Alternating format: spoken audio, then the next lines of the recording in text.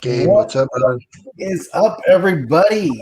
Thank you for joining us this Wednesday, right? A little different for us because we're usually live on Saturdays, but we got a very special episode today. Yeah, Right? we got a special guest. We sure do. Excited about it.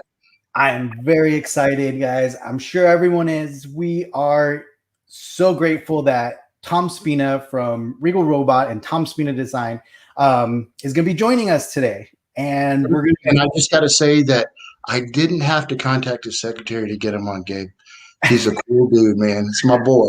Tom's my boy. I know he's my boy. Oh man, you must have the hookup over there. Man, I get straight to the secretary, man. Well, I busted his balls. He's my boy. Well, without further ado, let's bring on Tom and let's welcome Tom Spina. How you doing, Tom? Thank you. I have been summarily busted. Thank you. Hey, brother. Man, Tom, I'm excited to have you on the show, buddy. Thanks. Well, and you guys, like a lot of people who I've known for a while in this hobby, for all the jokes, you do get to make it past the secretary. I know I've had some very long conversations with Gabe and some very late conversations with Michael. Yes. It's always good to see you both. And yeah, a little overdue to be here, but thank you so much for having me on. No, not a problem. Thank you for coming on, Tom. Absolutely. Yeah, no, excited to learn about, just Tom and about, Regal Robot and obviously Tom Spina Designs, right? Because that's where it started, right, Tom? Oh, for sure. I mean, I guess, technically it started when I was about this big, but, professionally. Yeah, so actually, let's talk about that. What got you into Star Wars? I mean, obviously. Star Wars came out. That's what got me into Star Wars. I was, someone once said, it was like, how lucky are we that all the best movies and music came out when we were most impressionable. This is just one of my favorite quotes in the world. But yeah. I was like 5 years old when Star Wars hit, and I got the storybook. My parents wouldn't take me to see it right away. But somehow I got the storybook, probably scholastic, like probably through the school or something. Mm-hmm. And I was hooked. I still have that copy of it. And it's so funny. I wrote my name on it like 10 times on the inside of the cover, like a crazy kid, like just wanted to, well, no, someone might pick it up and it would only have my name 2 times and they might think it's someone else's. So I got to write my name more times. Yeah. And yeah, I mean, that was it. And really turning to that 2-page spread of Cantina stuff was just like, well, this is my life now. Like I'm 5, but the die is cast. This is what I'm doing the rest of my life is on these 2 pages. It's Rob Bottin and Rick Baker and Lane Liska and Doug Beswick and Stuart Freeborn and Nick Maley and all of those guys laid in front of me in the form of all these great monsters. And I'm just like, yeah, this is the stuff. I'm good. Yeah. That's the rest of it was just trying to make that happen. So Tom, early on, like as a kid, did you already start making stuff? Like, did you start making Star Wars stuff? And I even prior to that, I was trying to like make stuff I saw in The Wizard of Oz. I was obsessed with King Kong and Mighty Joe Young. I thought they were one movie because Channel 9 used to air them back to back. And I guess I was young enough that I just thought it was like, this one really long monkey movie. And even Son of Kong used to get in the mix there, I think, sometimes, because they would do it on Thanksgiving. Anyway, I was always making stuff. I was always drawing. My grandmother was kind of creative and was, a little more in the like tailoring and seamstressing and stuff like that. But and even a little music. My grandfather played guitar and mandolin and stuff like that. So they encouraged it a bit. My folks are very practical people. And I think, but my dad is a tinkerer. He would mess with cars. He would always fix stuff around the house. He was very, he could do plumbing, he could do electric, and it all just seemed natural to him. Mm-hmm. So I think I got a little bit of all of that. He was also kind of an entrepreneur. So, I got a little bit of business sense. I got the creativity. I like to think I got some of my mother's personality, which is really nice. She's a very nice lady. And my grandmother used to say like, "Oh, Tommy's so talented," and my parents would just kind of dismiss it. They're like, "Oh yeah, no, he'll be a police officer like his father, or whatever." And, So how did Tommy actually, when you were doing your own little things, how did you actually get into the industry? How did that start? Like, did you commission a job on the side and then think, you know what, this could actually be something in the future? Great. Yeah. I mean, in high school, I was trying to get into computer animation, but this is like 88, 89. And I even won a couple of like little local competitions, jury art competitions and stuff for some of these animated videos I was doing. But I was trying to use it to do 2D like character animation, but use a computer because I always wanted to do like pen and pencil type animation type stuff. But nobody had a camera, nobody had a rig. It all felt very far away. I was always trying to learn how to do makeup effects and foam latex and working out of books, Dick Smith's books, Tom Savini's book was amazing, but everything was removed. We didn't have YouTube. I couldn't tune in and learn anything, and then I started messing with this computer stuff. I'm like, this is kind of neat. I can use this to do some of the stuff I wanted to do in 2D, like do by hand, but now I can do it here and I can copy and paste some things and there's undo and I think there was undo. I don't know. This was real early. But the computer only had 1 megabyte of RAM. So you couldn't store a lot of animation on it. And it really just wound up being a challenge. And then I would try and at one point, we got a gen lock at the school. And that was a way to lock a computer with a video source. And now I was doing blaster bolts. And I was trying to do the Ghostbuster Neutrona thing, and so like I would take video of myself like in a costume and be like pew pew pew, and then I'd be trying to make that thing or trying to do a lightsaber, and do all these effects I saw in the great making of movies, the special effects, the Empire Strikes Back one, Star Wars to Jedi, making of a saga, and I was just trying to find ways to replicate what I saw there, find ways to do creatures, find ways to do anything effects wise, fantastical, out of the ordinary, and found my way to the Muppets.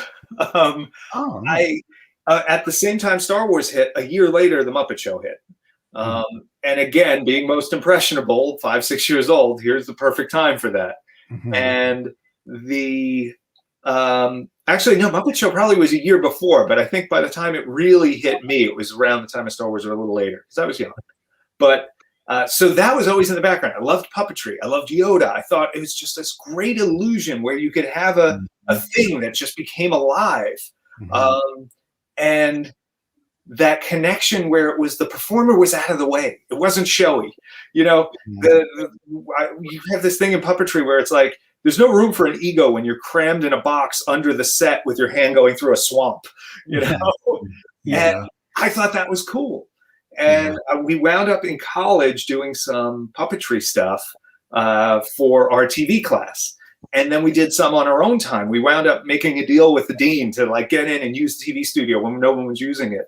And we sent it to the Muppets just to say like, hey, you guys inspired the hell out of us. This is a little something we did just because of what you guys do. And was very, very fortunate to get a call from them. And they're like, well, if you're still in school, do you want to do an internship? And I actually, prior to that, I asked for a tour of the Muppet Workshop. That was the first thing I did. I was like, it's like, oh, you're talking to me. Hey, do you ever give tours of the workshop? And they did. They gave me a tour. And they gave me like Grover to put on. And they're like, here, try Grover. And I'm like, oh my God, that's Grover. Frank Oz had in this. Wow, that's so cool. And so I wound up doing an internship with the Muppets. I did a season on Sesame Street and met the nicest people in the world doing a creative job for a living. And now all of a sudden it's like, you know what? Maybe little Tommy doesn't have to be a cop. Maybe little Tommy doesn't have to be an accountant. Maybe all these dreams he's had about doing something creative for a living is possible because all these people do it. That's right. Why can't I? And so, between there and now was, one of these roads, but like for a lot of people, I was there and I was always working towards it. And I wound up getting a great job in television for about 10 years, all the time while on the side, teach myself how to sculpt better, learning how to make monsters and masks. really, really trying to push the envelope eventually in restoration, which became the thing that allowed me to start the business. Because there's any number of guys out there making monster mess, any number of guys out there sculpting stuff. But restoration of original movie props was something that I really connected with. The idea of preserving this stuff that was so important to all of our shared experiences. To see something on film and then to hold it in your hands, it's a magical thing. And it still is. Like, I'm how many decades into doing this stuff, and every time a gremlin comes through, we just got one in the shop 2 days ago from it's actually from Dick Miller's widow. Dick Miller, the character actor, was in all Joe Dante's stuff, recently passed away, and they had one of these gremlins and sent it to us to restore. And here it is. You're just holding this thing that is history, that was on screen, that's just made by Rick Baker's team, all these amazing artists with, Jim McPherson and all those guys, Steve Wang's on that, etc. And, but now it's in your hands, and it needs help, and we can do that. And that's amazing to me still. And that's, what's better than that? How can you beat going to work every day and being able to put your hands on history, and then even better to help keep it around? That's amazing. That's amazing. What's amazing, I think, is that now you have worked your way and earned the reputation to where everybody, like that Gremlins, people know where to send that stuff, It's amazing to me. It's humbling whenever there's an auction. There's always a bunch of comments out there of people going like, hey, I'm looking at this item for, from the next prop store auction, but I don't know if it can be fixed. Does anybody know anyone? And like 10 people go like, oh, call Tom Spina Designs, call Tom Spina Designs. That's like, this is great. We don't have to advertise, That's what I was going to say, because I'm part of that group with the screen props. Every single time there's something, guaranteed Tom is going to be tagged in there. For displays too. It's like, hey, I'm trying to get ideas how to display this. Tom. People just tag you everywhere. I'm lucky. I've got this great group of people that makes me look so good all the time. And to build that reputation, to have the trust of those people too. Those are the most discerning collectors in the world, collect that screen use stuff. And, for them to trust us, to me, is just humbling. It's the only way I can say it. It's outstanding. And in that industry, or in that hobby, I guess, trust has a lot. That's a big part of it, right? Because you have to know that the piece comes from a certain source, and then, it's almost like, there needs to be this chain of ownership. In order to track it back. And again, the fact that they trust you to be part of that chain says a lot, because again, thank you, man. No, we get people even asking us to help authenticate stuff from time to time. We get someone who's bought something and they find out we've worked on it, and they go back to us and they say, hey, I saw you did the restoration on this. I saw you did conservation on this, whatever it happens to be. What, can you tell me what was done to it? Can you tell me more about the history of the piece? Did you find anything interesting inside? Because now it's, maybe it's mounted on a conservation form, or maybe it's too fragile to turn inside out or something. And, we'll go like, oh yeah, you know what? We found an actor's name written inside. We took a picture of it. Here you go, or whatever the case may be. And, in a way, we are part of the history of it. And one of the things we try and do with all that stuff is we document the heck out of it.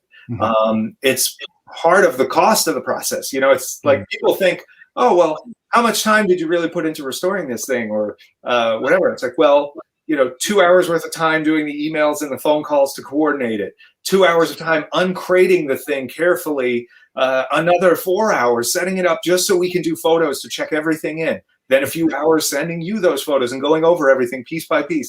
We haven't even touched it yet, Then hours cleaning the piece, then starting to stabilize, then conservation form, then the work, then at the end, another photo shoot, because we want to document how did it look before, how did it look after, even if it's not something we're putting on the site. I would say half to 60% of the stuff we do doesn't even ever get shared, unfortunately. Yeah.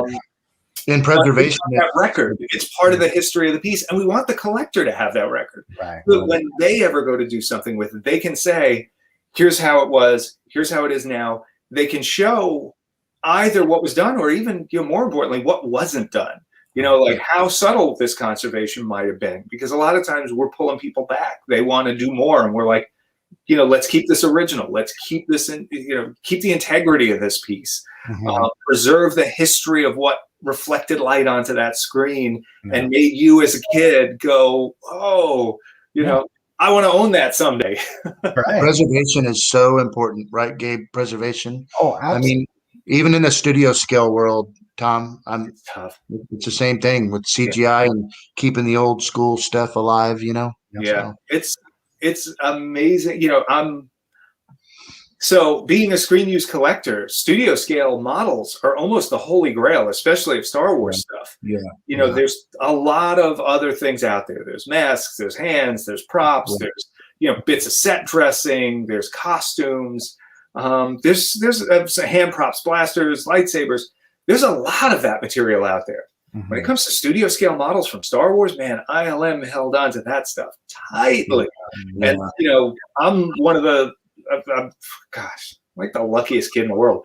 I get to go to the archives and see this stuff sometimes. And I even as a monster guy, I spend most of my time staring at the models, because that's a different skill set than mine. And I'm so in awe of what those guys do. I've talked to a bunch of them.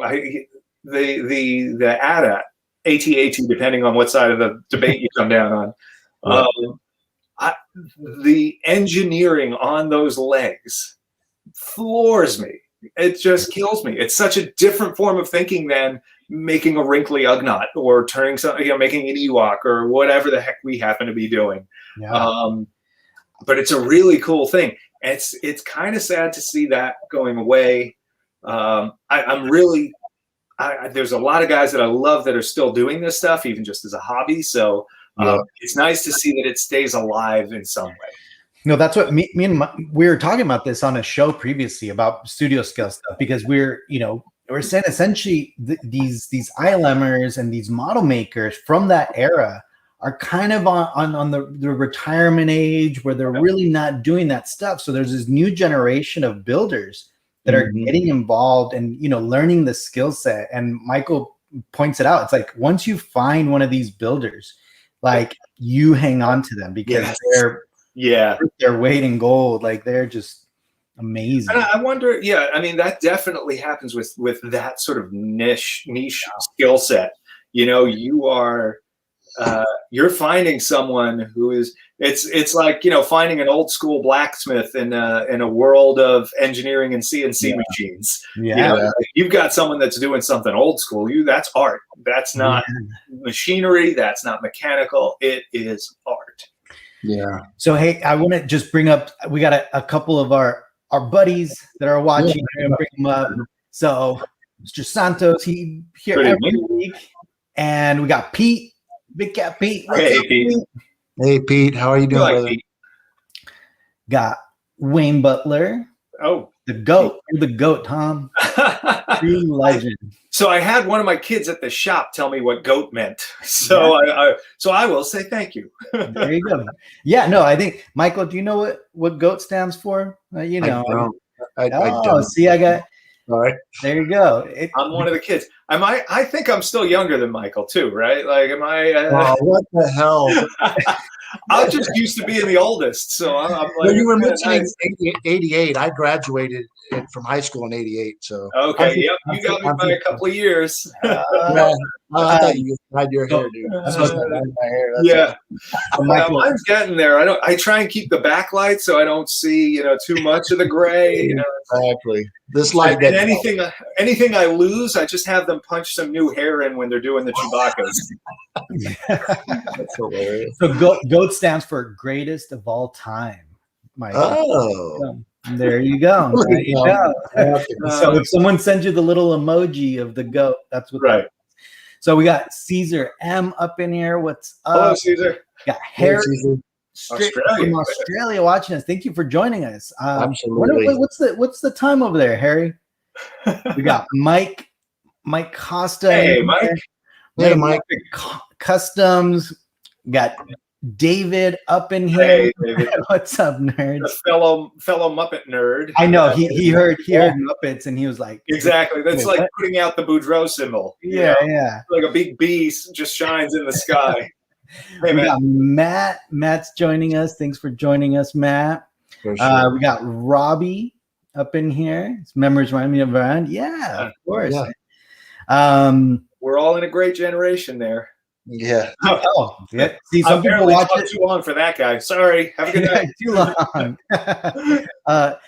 Yeah, I was gonna mention that. That shirt. Oh, is thanks. awesome. It's like such a cool play. Someone on got it his for name. me for my birthday or Christmas or something, but I love it. It's just old school haunted mansion Nice. ghosts, but with the classic non-special edition actual Force Ghosts. Very, very important with that because that young Hayden Christensen, Precious.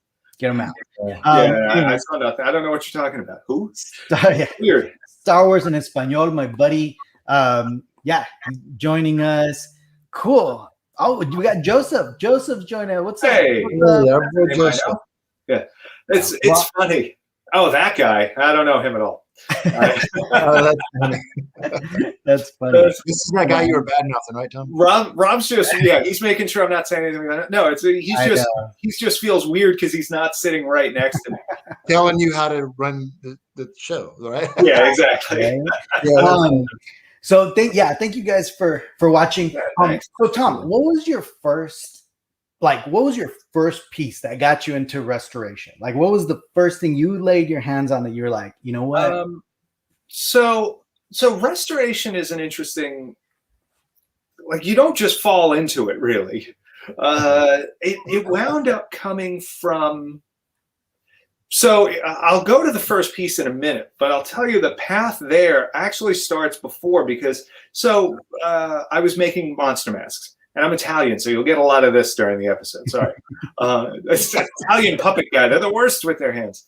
But I was doing a lot of rubber monster masks. And, everybody who ever casts anything out of a mold, resin, rubber, whatever, knows there's no such thing as a perfect casting. Something always has a tiny air bubble, tiny pimple, whatever. Something needs a little cleanup. And I at the time was learning to make rubber masks, which meant that my castings needed a little extra help sometimes. And I would take, what would be a bad casting and try and figure out, like, how can I fix this? Maybe it's missing a tooth. How can I resculpt that? Maybe it's missing a lip detail. How do I get those details back in? Maybe there's an air pocket somewhere. How do I fill that without it just looking like I blobbed a piece of latex on there?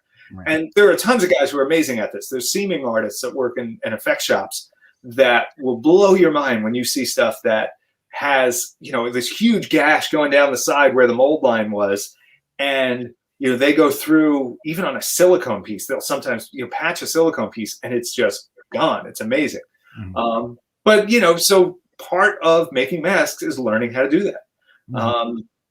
And in doing that, I started to, think about, I want to say it was a Stay Puft Marshmallow Man hand.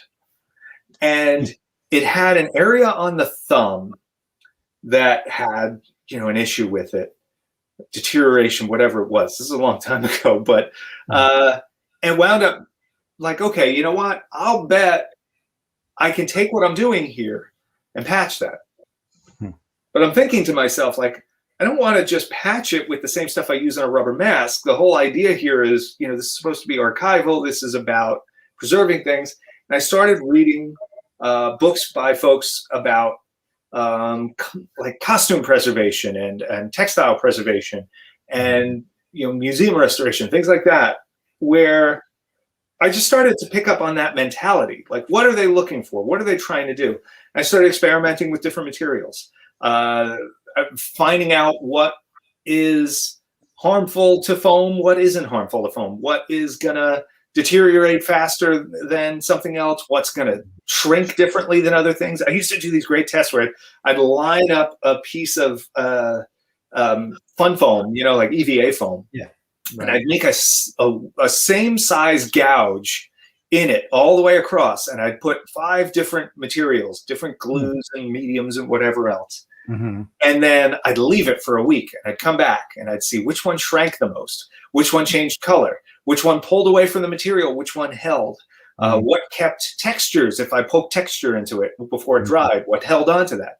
And eventually started to hit on ideas of like, hey, you know what? This material works real well and it's archival. And this, if you combine it with some other elements, you can thicken it and do this. Or, you know, and not just repairing with the same stuff that an effects guy would on set, which works great. There's a stuff called Cabo Patch. It's Cabosil mixed with Prozaid medical adhesive. It's a known thing for hiding seams on prosthetics and for fixing stuff. But it's not necessarily an archival solution. It stays tacky, yada, yada, yada. This is a very long way of saying it was a Marshmallow Man hand. Okay. But it inspired all this research, and it eventually led to what we started doing. And then once I started restoring more stuff, you almost accidentally start discovering other stuff. You know, there were some things that we now do on every piece to preserve them that was a secondary effect of something else I was doing years ago. And I just kind of go like, whoa, wait a minute. This just happened. You know, what is this going to be like in a while? Or, you know, we're figuring out ways to get some flexibility temporarily into a piece that maybe is in a wrong shape. And learning the differences between slip latex and foam latex and polyfoam and all of this stuff, which I kind of knew before from an effects side, but now from the side of, well, what is that stuff like 10 years later, 20 years later? What is it like when you get, you know, one of the apes that Stuart Freeborn made for 2001 and it's now 50 years old and you've got to put this onto a mannequin and restore the foam parts. You know, it's intense, and you've got to treat this stuff with the utmost respect. And you know, we have managed over the years between me and the crew. It's we've put together a really nice palette of methods and techniques to help not just restore this stuff, but just preserve it.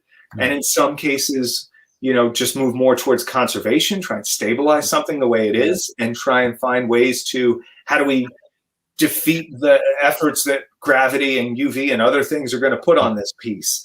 How do we hold things together and spread stress out on a piece and things like that? There's so much that goes into it, and every piece is this weird, unique challenge that comes up with something always comes out of left field, and you think like, oh, this is easy, we've done this before, and then it's like, surprise, look what's inside, there's weights in here, you know, like, which has happened to us.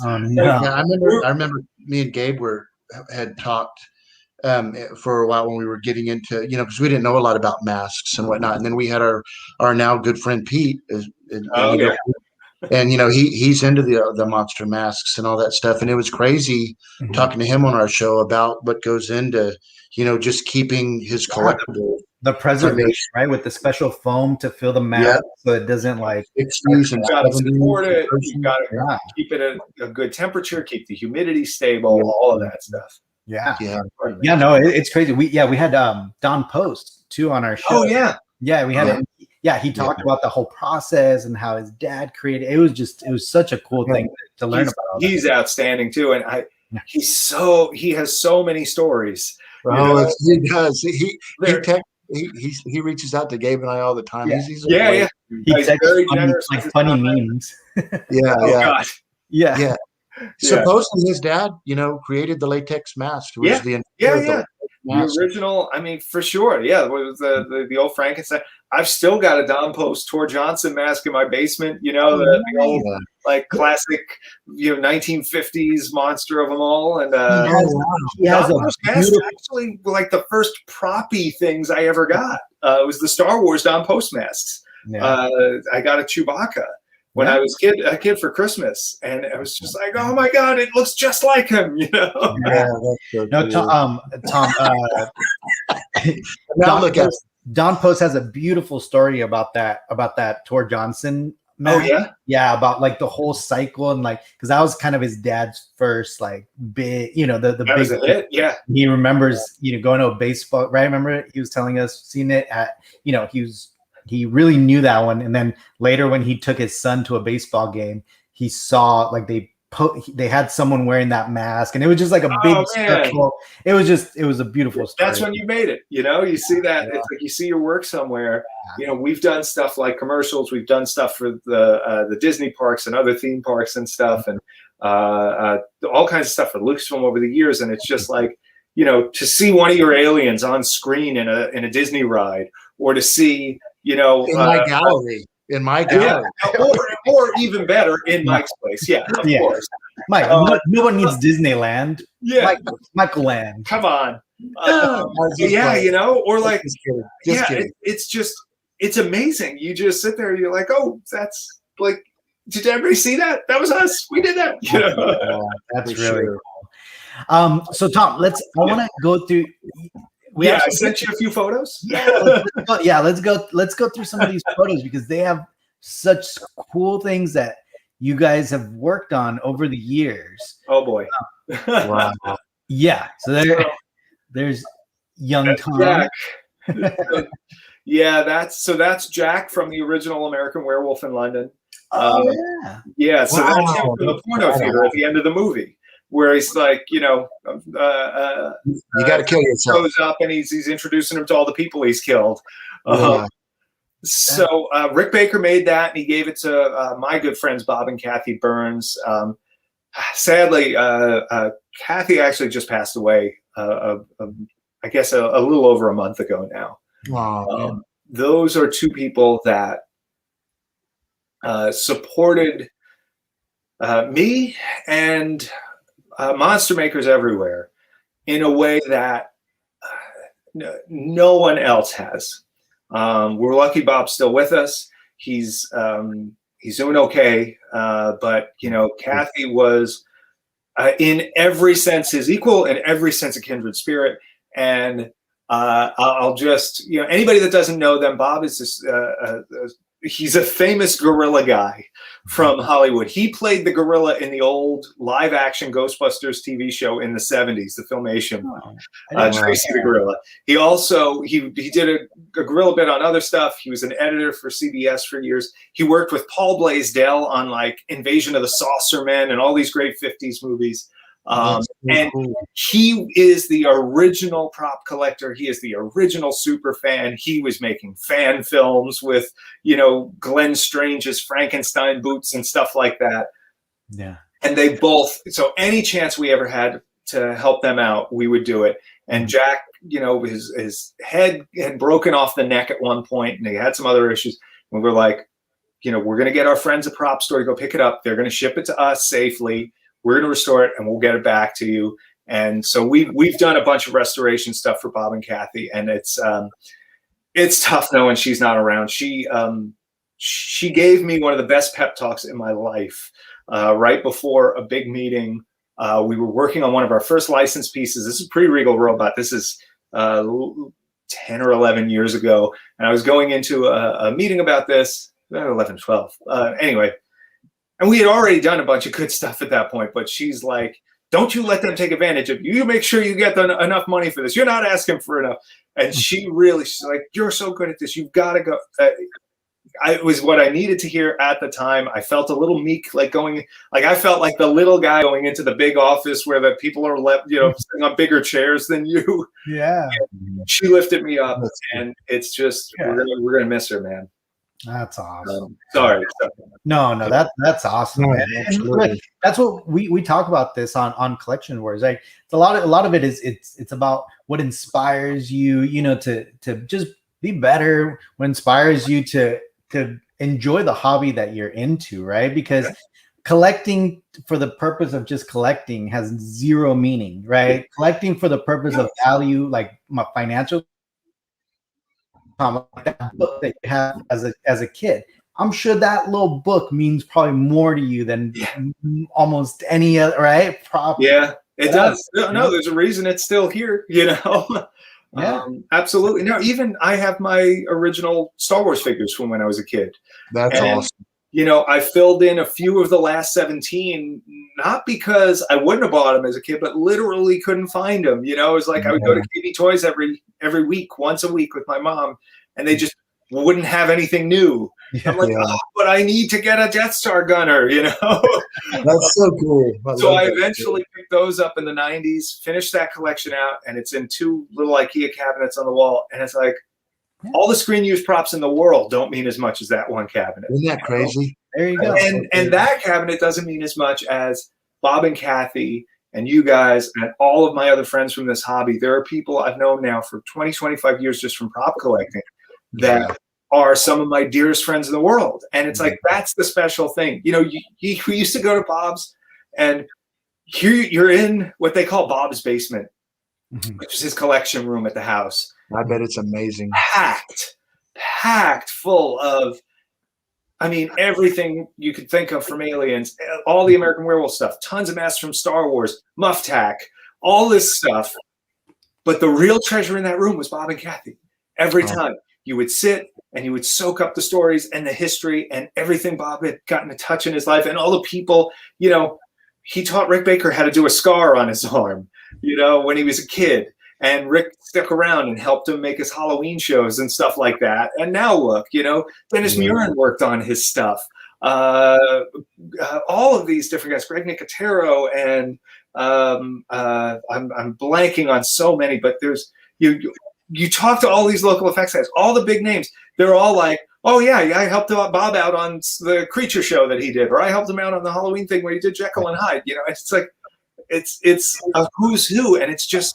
It's because he shared. It's because he wanted to make it more than stuff. Yeah. And that inspired all of these people. That inspired me. It inspired me to continue collecting. It inspired me to continue creating. And it's just something that I carry with me all the time. And it's the best part of collecting, for sure. I love that you say that, Tom, because I kid you not. That is literally why we started this show. It was to get to the heart of the collectibles, like to get to the heart of why we love this stuff. Yeah. And every single time it always goes back to that, where it's always the relationships that we're building because of it, because we share the same passion, and there's only certain people that are going to know what it's like. To share especially when you get into the real niche stuff, man. Like, like, you know, how many people are in the CZ3 club, you know? Like, you need a secret handshake or something. All right, so let's go back to these things. So there's Jack. What do we got here? Probably more American Werewolf. Yeah, so that's the original Wolf. And that was, again, just helping Bob out. I flew out for a week and stayed in his basement fixing up what he called Oscar. And I'm like, in the movie, isn't his name David? He's like, oh, yeah, but Rick won an Oscar for it, so I call him Oscar now. That is. I'm not going to argue with that. You know. And that's really cool that you know, again, that you would do that for him. That's well. Yeah, I owe, like I think I said it before, I owe the two of them a huge debt, and this was the least I could do is share. You know, I have, everybody's got why they're here in this world. You know, everybody's, you know, I'm one of these lucky few who figured out what it is for me. Yeah, not everybody's that lucky, and you know, if I can share that from time to time with friends in need, then hey, there you go. You know, Tom. Look at that. There you go. And that's cool. That's really cool, Pete. All right. Yeah. This is in here for you. I know it's not Back to the Future too specific, but I mean, you know, it's in there. All I'm saying is that Back to the Future 2 is the best of the trilogy. Okay, hey, Tom. Michael, do you agree with that? Dave, on the spot. Dave, bro. Absolutely not. Dude. I get so mad. Are you going to put up with this? Yeah. Okay, so dude, look, Tom, need I say anything? Talk to me, huh? Talk to me. Michael gets really upset because my favorite Back to the Future is Part 2, and my favorite Indiana Jones is Temple of Doom. Michael gets so mad. Tom. I do enjoy Temple of Doom. However, Raiders is to me, so I really hold Star Wars and Raiders up as two basically perfect movies, in my opinion. Yes, exactly. Raiders, I think, even more so than Star Wars. Raiders doesn't disagree with itself at any point in that movie. Yeah. It is so true to what it was trying to be, and it captured this spirit so well. Yeah.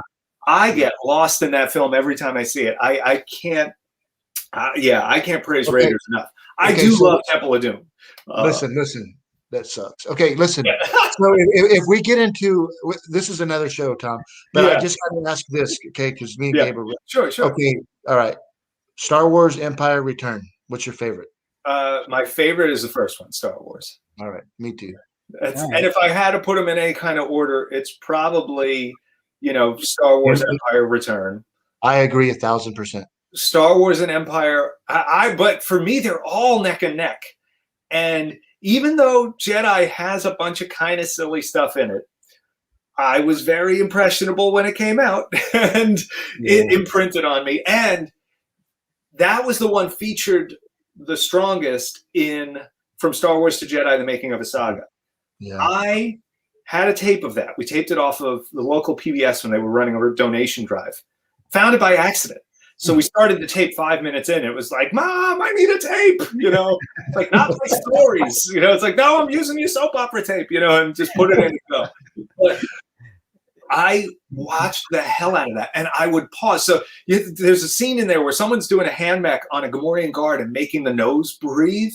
Yeah, I remember that. Oh, at 10 years old, 11 years old, whatever it was, would sit there and pause it and sketch what I'm seeing. And then I'd go and I'd take little rolled up wire and string and some foam rubber that my dad had in the garage. And I'd try and fabricate a little Gamorrean mask and have a thing where I put my hand behind my back and pull a string and make the nose breathe, and so cool. It never worked great because I didn't really know what I was doing. But, now it's so cool to look at this stuff in hindsight, because I'll watch stuff now and I know exactly what's going on. Nice. And I'm just like, shit, that was such a mystery as a kid to me. This was the holy grail of, how is that working? How are they making that? Like, I see them sculpting in clay. Why is it rubber now? How did it get to be rubber? Is that foam rubber or is it regular rubber? There's a thing where Phil Tippett's like snipping what looks like fur off of Max Rebo. I'm like, why is he covered in black fur? What's he doing? And it wasn't fur. It was Scott foam. It looks like fur, and it's easy to carve with scissors and turn into shapes. We got to restore the original Max Rebo. I learned a lot about him. But now it's just like, it's all looking through with different eyes is incredible to go back. Yeah. Well, not only that, but you have the relationships that you've built that you could ask, like Rick Baker, you could. Phil that blows my mind. Hey, what did you do here? And he's like, oh, this. Yeah, there's a bunch of bullshits what this is, man. Hey, Tom, we're gonna get back on track, but I just got to ask this question. I couldn't wait to ask you live about this. Okay, what was it like to get on Skywalker Ranch and drive through the gate and not get arrested? I don't know what that's like.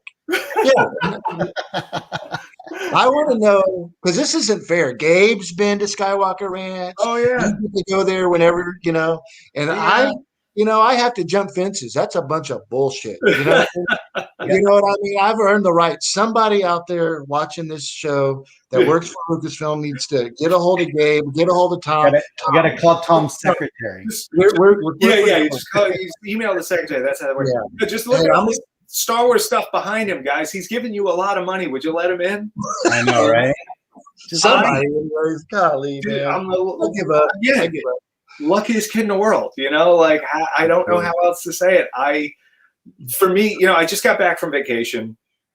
As first time I went anywhere in, since before COVID. Mm-hmm. My wife has been cooped up in the house, working from home, dying to get out of here. As soon as we were vaccinated and safe, we were going to Disney World. Nice. So that was all last week. Yeah. And that used to be, to me, the most magical place. Because I say it through the eyes of a maker, and I love the rides. I love the experience. I love the food. But now but I would always go and I would look and I'd be like, how did they make that rock? Ooh, what's that? Now, you go through Star Wars land, and we got to work on that with Eric Baker, who's the lead guy that dressed Star Wars Land.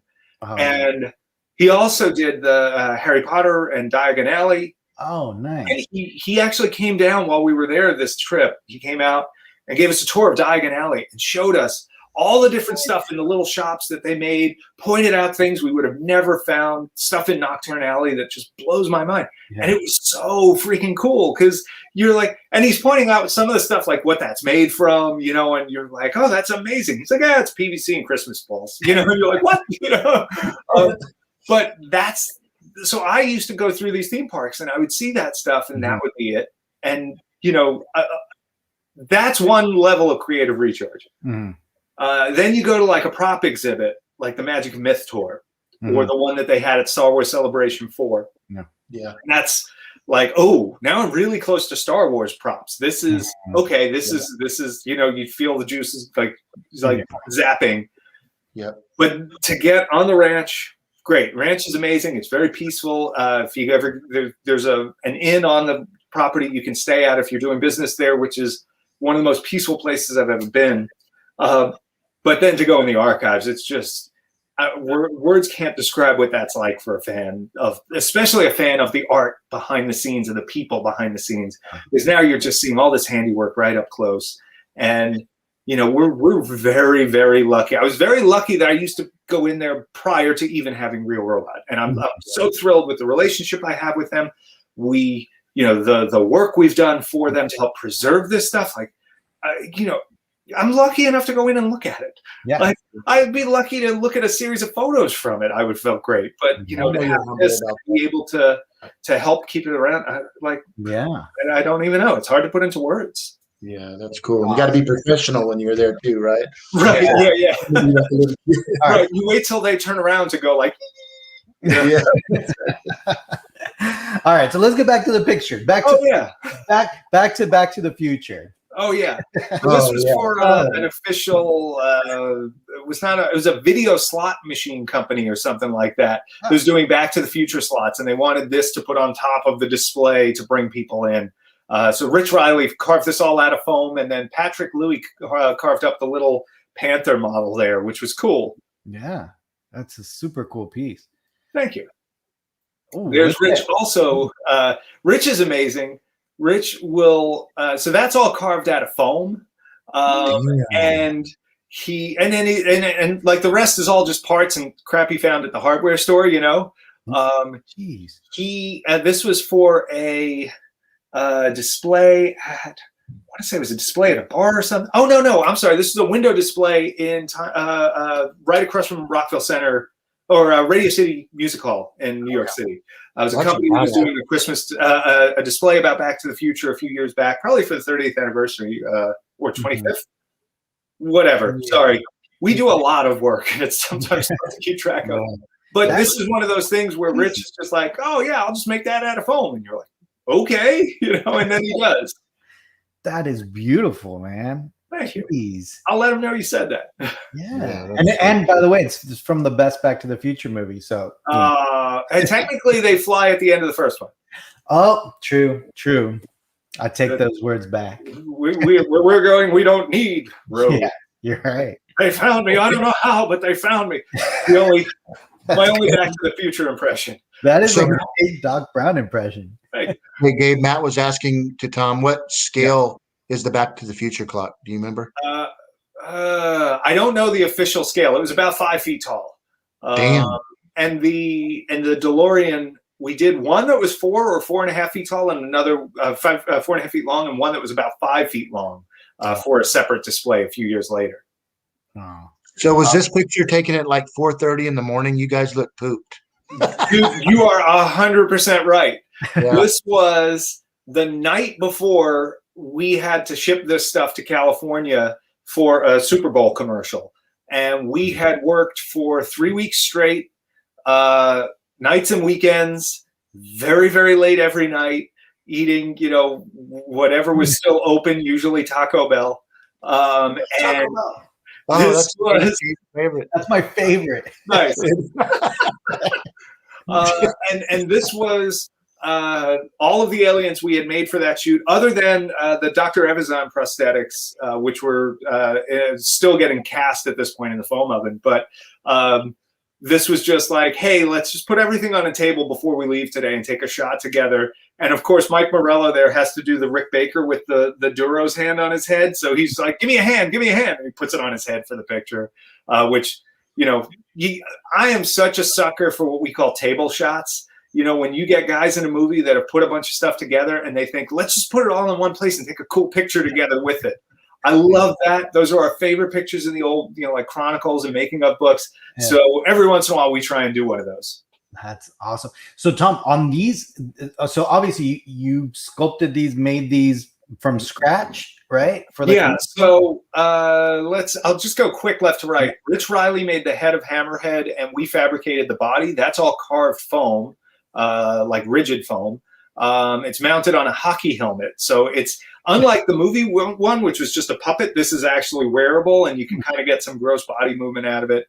We have reflective things in the eyes because we didn't want to run electronics and have to worry about batteries, try to keep it simple. And it's great because they catch the light just right and it looks like he's blinking.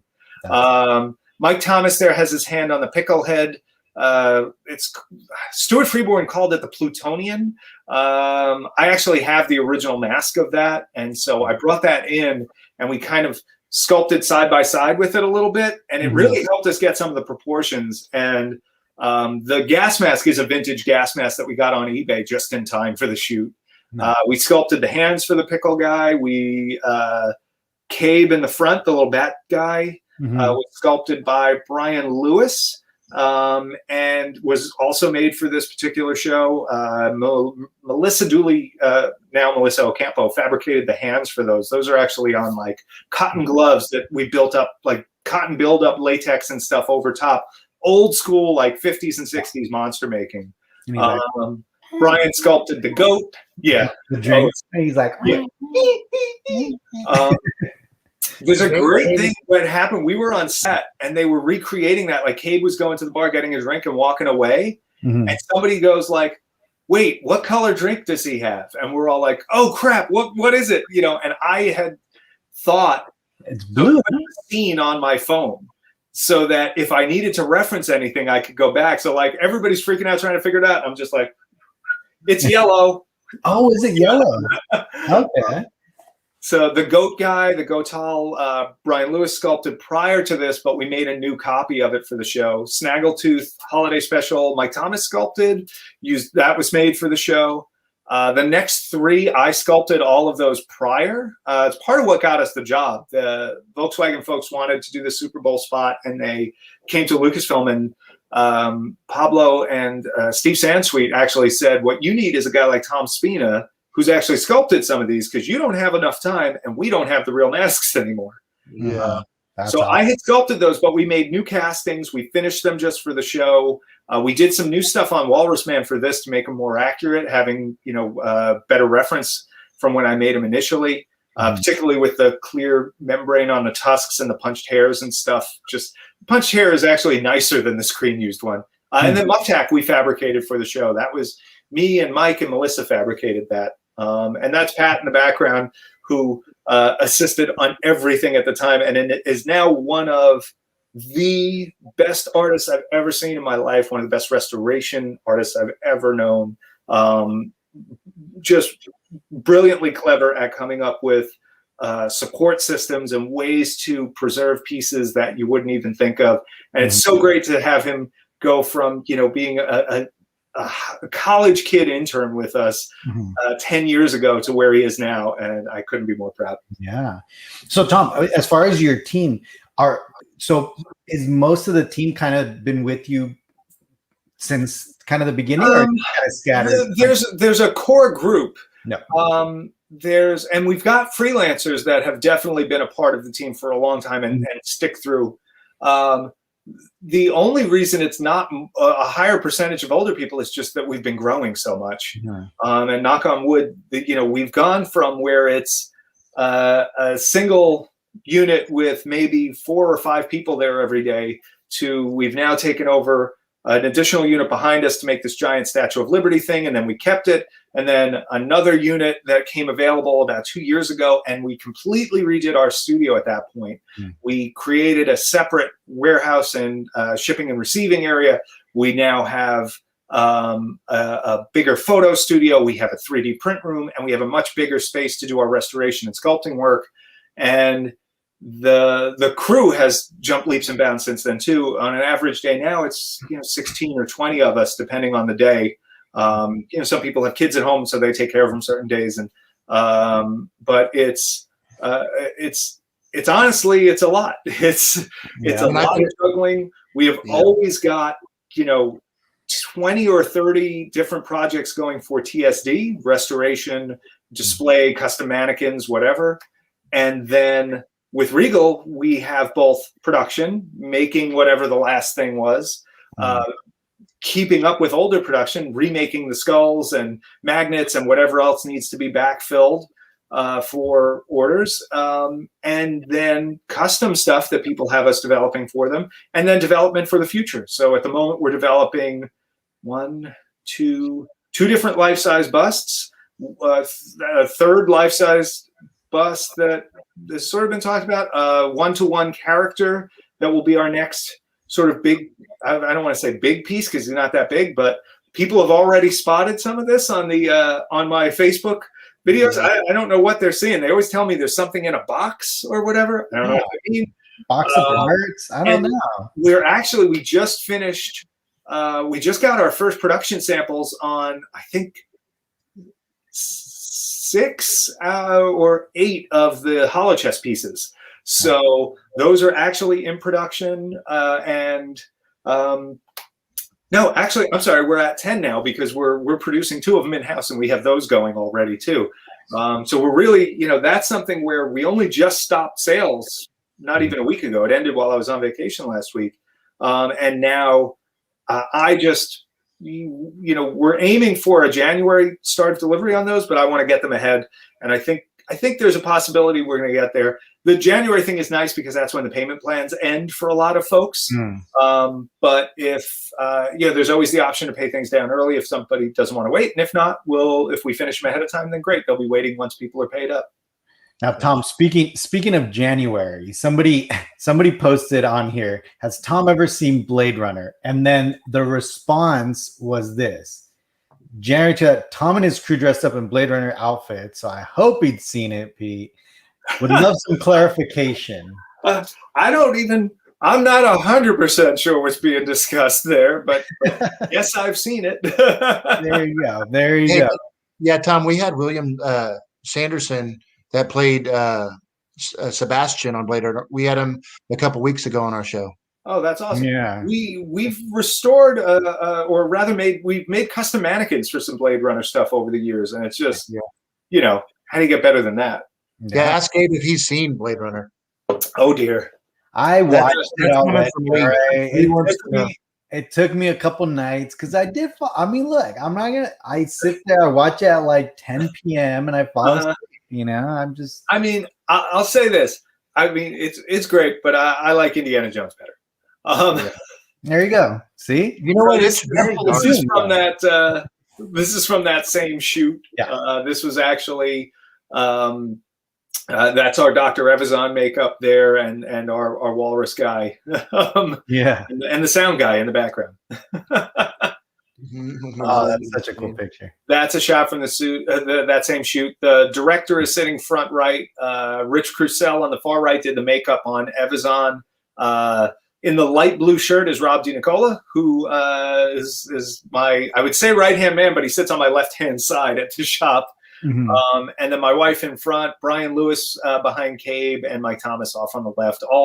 Every one of them worked their asses off to make this thing happen. Where was that shot? Where did y'all shoot that at? It was stage 28 on Universal Lot before they changed that. It was the 1920s Phantom of the Opera stage, and it still had the opera set up. That is cool. So, for me being a Universal Monsters guy, that's cool. I was in heaven. So, like, here you have one set where you go from one side is the Phantom of the Opera theater, you turn the other way, and it's the freaking Star Wars Cantina, and it's just like, did someone make this just for me? Because this know, right? is specific. This combination. Hey Tom, when Gabe was talking about your crew that and how long they've been with you and whatnot, is it a lot? I would think being on the East Coast, it's a little bit more challenging when it comes to finding talent versus being on the West Coast, because everybody that's usually in this type of industry, they bolt over there. It's kind of like me being in Texas wanting to get in the film industry. Right. It's almost like you got to pack up and go. Is it difficult being on the East Coast? There's some challenge with it. I think one of the best things we did was we teamed up with a lot of local colleges. So I said it before, one of the most important things in my life was my college internship at the Muppets. Mm-hmm. So as soon as we were in a position to do that, I set up that program with the local schools, my old school, a few of the others, and said, let me give some of these kids a chance to see people doing creative stuff for a living. And, we've got people on the crew who were going to business classes, but loved art and thought like, oh, this would be a fun internship. And then they're still with us, There's talent everywhere. People just find that we're lucky that we have the reputation we do. And we're lucky that a lot of people find us. Yeah.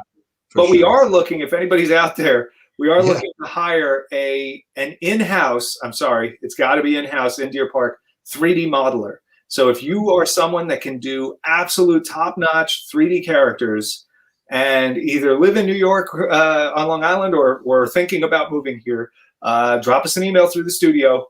It's something we're definitely looking to fill that position, and we have plenty of work lined up for you if you do.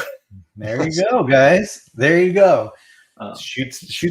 We can like rapid fire a few of these if you want. So I'll go a lot about each of these. Before this, Tom, Gary's putting you on the spot here. It's gonna be that. I'm gonna dance, monkey. Does he have the little organ grinder thing? I know. All right. Here you go. This little one's not worth the effort. Now come let me get you something. That's awesome. I always thought it was cool in the black and white cut because nobody else has a mic on them. Everybody else has just got the Nat sound, the room mic. Mm-hmm. And, so you've got the Cockney Dr. Evazan, because it's not dubbed yet. And it's like, we're 100 men. We're, et cetera. And you got, the bartender doesn't sound right. And then Obi-Wan comes in and he's the only one mic'd, and it's just like this booming, magical voice out of nowhere. Yeah. That's hilarious. So there's Rich throwing on the Evazan appliance. There's a really good makeup by him. Scott Subiano was the actor. He did great. That's beautiful. Another this shot. Is a different show. A lot of the same crew. This is a year later or 2 years later on a Nerdist shoot with Billy D. Williams doing karaoke in the cantina. We built a lot of aliens, and I think it was 28 costumes at the end of the shoot, but that we counted because we made all the wardrobe as well. So all the humans and the so the Greedo, all those you guys did. It was in-house. Yeah, that's all stuff we made. Some of it. So for this particular shoot, we did Greedo and the band and Nine Numb specifically for this. The Crocker over on the end, the Sauron / Bosk alien on the right, was something that Harry Inman sculpted. The late great Harry Inman, famous monster maker, amateur, whatever, not amateur, but private commission type monster maker. That's my Walrus Man again, Hammerhead, Terminal Man, which I sculpted based on Rick's design, different Snaggletooth. The Horntop guy there, the Don Rickles alien, which I sculpted, one of my favorite aliens. That's a Rob Bottin design. Behind that is the Given kind of poking his head out. That was one of the first aliens I ever sculpted. And really one of the first, it might not have been one of the first sculpts, it was one of the first successful rubber masks that I did of a Star Wars alien. It was one of the first times where I made it and the mold worked and the latex worked and I got a copy out. Beautiful. And of course, Rick Baker came to visit us. Oh, sorry. What was that? I was just saying, Gabe, I didn't hear him mention about Greedo. Did you? Oh, sorry. Greedo was sculpted by Brian Lewis and myself for this shoot. and There, Patrick there really you go. sculpted the hands for it, the big noodly hands. Yeah, there you go, Gabe. But yeah, it's funny. We had I invited Rick Baker to come down and see this shoot. He came down with Dave Elsey, who's also Oscar award-winning makeup artist, good, amazing artist. Him and Lou, his wife, both came down. She's incredible as well. And Rick looked through and he complimented a few, and he said our size was close on Hammerhead. It was, maybe even could have been a little bigger. And he looked at the Given guy. And I'm like, don't look at that. That's one of my first. And he's like, you never learned how to smooth anything? I'm like, it was my first mask. I don't know. That's hilarious. Please don't look at it. Oh, gee. Look at this this is a slightly more recent picture. This was after Star Wars Celebration Chicago, I guess. This was when we did the production run for the Chewbacca, the first Chewbacca bust, where we did 50 of those. And at the same time, we were building a few of the life-size statues, which some of them had the open mouth head, like the one on the front floor there is one of the heads for one of the statues. And that's part of the expanded crew at this point. And what's funny is we shot this just before we got our new space. So the area behind this, which was our photo studio, is now a big 8-foot by 6-foot door that is this big double door to join the two studios. So like, it's strange looking at this now because it's been a doorway for so long. It seems weird that it's a wall. Yeah, that's cool, man. And so so obviously Michael has one of yours in the background there. Yep. Right. Yep. Now, was Michael's kind of one of the first? It was. Out there? Yeah, we did Michael's, and we did our first, first handful of them before that show. We brought one to the show for Peter to see. I should have put that pic in. Man, that was so nice of his people from his foundation saw it and were like, "Oh, did Peter see this yet?" And I was like, "No," because he was going to sign the plaques for us at the show, and we wound up, it was like, "Oh, he'll sign them when we get back to Texas," and then we all know what happened. Then it was like 3 weeks later. Yeah, I remember when we were there, I kept going because I had asked Tom, "Hey, Tom, one thing I went out of this thing being here is, man, see what you can do to get Peter to sign the pouch." And he was like, "Absolutely, I'll do that." And I kept coming back and bothering Tom. He's like, "Man, he still hasn't come by. They haven't come by yet." But anyway, I was lucky, right, Tom? I get to meet somebody over there, and they're like, "Hurry up, get it over here." And I'm like, "Tom, get that off." And I'm going through. Tom's got a crowd of like 100 people trying to talk to him, and I'm like, "Dude, I need the pouch." I'm going over the little things, Yeah. I just got to say, I was freaking devastated because I was like, "Hey, Tom, I think you need to put this thing and, show off your beautiful workmanship, dude, on this life-size thing." And I remember showing up and I was like, "Just make sure, you can just rope this thing off just so there's not a bunch of people." And he's like, "Oh, absolutely." And man, I get there and I swear, we got pictures. There's literally hundreds and hundreds of people around Tom's booth. And I'm just thinking of this little kid, hanging off my Chewy. And I'm like, no! We had the rope set up. We had signs. We kept putting a person on it. It's like, back off. Yeah. We built that Chewy pretty tough. He did all right. You did. You actually had somebody that had to sit right by that thing. We did. That's what wound up needing. That show was insane. It was. But it was so nice that we got to show Chewy to show Peter one of the busts. It's the same thing, right? And he loved it. His wife absolutely loved it. And he was so kind about it. He spoke to me for a few minutes and just kept saying what he thought was great about it. He loved the eyes. He kept going back to that. He loved the hair. He thought that he was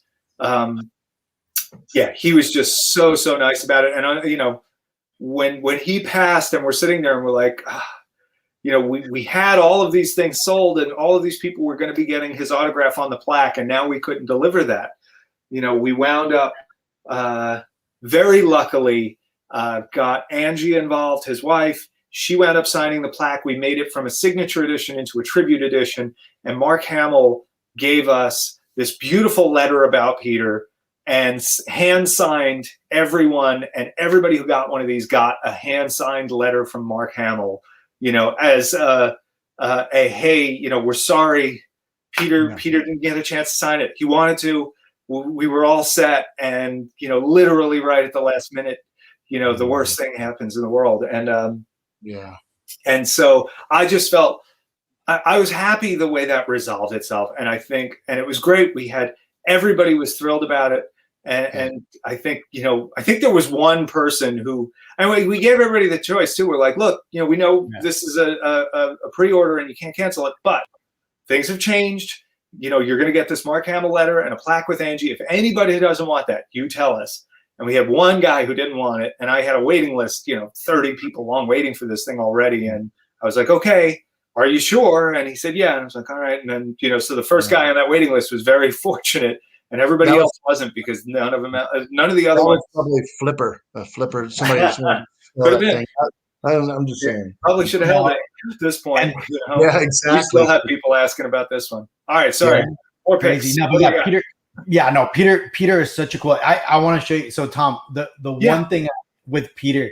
So in around Comic-Con 2016, I posted. Let me show you this picture. I posted this picture of my daughter, and Peter tweeted it out, and it went viral all over the internet. Oh, I know this picture. And it was Peter, and it was like the cutest picture, and that's my daughter. And the craziest thing about Peter is that he started following me on Twitter, and I only had like 2 followers. It was like my wife and my mother-in-law, and then Peter Mayhew. And he would take every picture. But that's an awesome story, Gabe.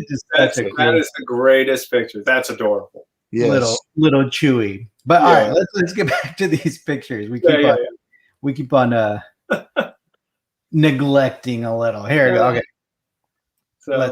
There's Maria. She's really one of the best at. So she's one of our best restoration artists, but she's got a really particular skill for hand laying hair in a way that it almost looks punched. She's really good at delicate hairlines and real feathered edges and stuff that just doesn't look like it's a cut line and glued together. And it's always great if we, to have her on something where we've got hair involved. Yeah. Amazing, man. There you are doing a haircut, barber. So I do the final haircut and style on all of the Chewies, or at least the cut and the initial style, and then Sam behind me there, and I think I got another picture of her, will sometimes come in and do the curl. But so every single one of these, whether it's the new busts that we're doing, the life-size statues, any of these, I'm the one that cuts them. The boss comes out, says, give me the scissors, everybody get out of my way. There's going to be hair flying, let's do this.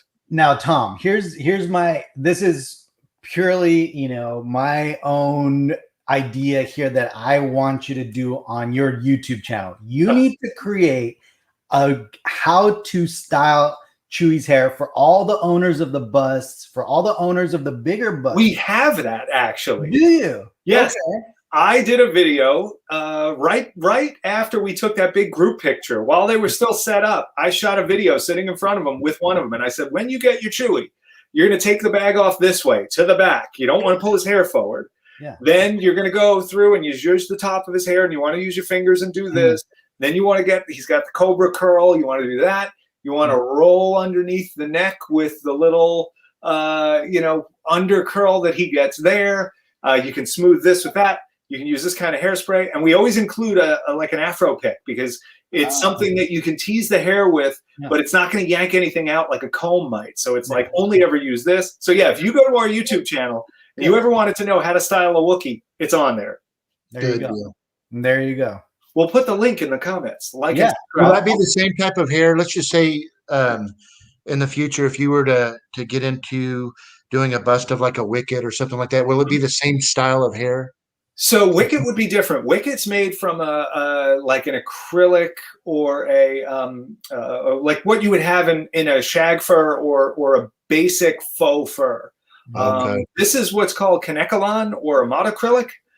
It is it is a thicker, like a thicker hair itself, and it is it's closer to the feel of yak hair, which is what they used. It's not quite as coarse, but it's an acrylic fiber that is. Oh yeah, he's got his little piece of wicked piece. So it is a little different. The Ewok hair is softer, and each individual fiber is a little thinner and it's a little denser. Chewie is obviously longer. It's a thicker hair follicle, and then we also do treatments to it to give each individual, not hair by hair, but the hair, pardon me, overall texture that feels like the way yak hair is. Some little kind of craziness to it and stuff like that, and some so that it just doesn't look like smooth fake hair. This feels like animal hair when we're done with it. Now, Tom, what are they doing to the Chewies right there? It's just heat. So she's using a lightsaber on him. No, what she's doing right there is she's applying heat to the brows so that you get the curl of the brow coming up and it doesn't fall into the face. Okay.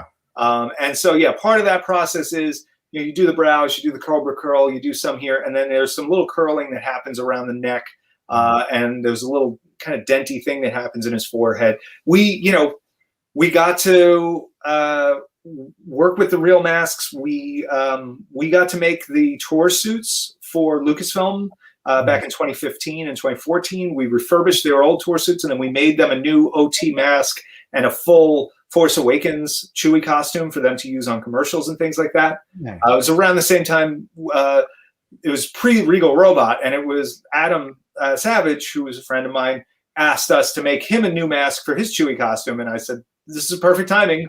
We're just starting this project with Lucasfilm making these other masks, so let's do yours concurrently. And he's like, can we do a video about it on Tested? And that still comes up every once in a while in my feed. I'm like, oh, people are still watching this, But if you want to look in our studio and a peek behind the scenes of what goes into making a mechanical Chewie mask, look it up on the Tested feed. It's an amazing amount of work, but the team, like I said, they make me look good. And I had to become obsessed with Chewie to make those suits for Lucasfilm and to make that mask. And some of that obsession started before, but being in the archives, seeing the original mask inside and out, seeing the tour masks, which were the original tour masks made in the 90s from the original mask in the same way, inside and out, there's stuff that you can absorb. Being able to bring our fur samples to the archives and match them fiber by fiber and say the brown hair is made from these 5 colors in this, compilation, and the brown fur, the darker fur is made from these 5 colors in this combination. That's stuff that we brought to these that I don't think anybody ever did. Nobody really ever got the colors right. Nobody got the texture right, the length. All of that is stuff that we obsessed over. And I looked like a crazy person at the time. I had a board filled with hair samples, and they kept coming into the office. They're like, I expect this to have all red yarn on it, like a conspiracy theory,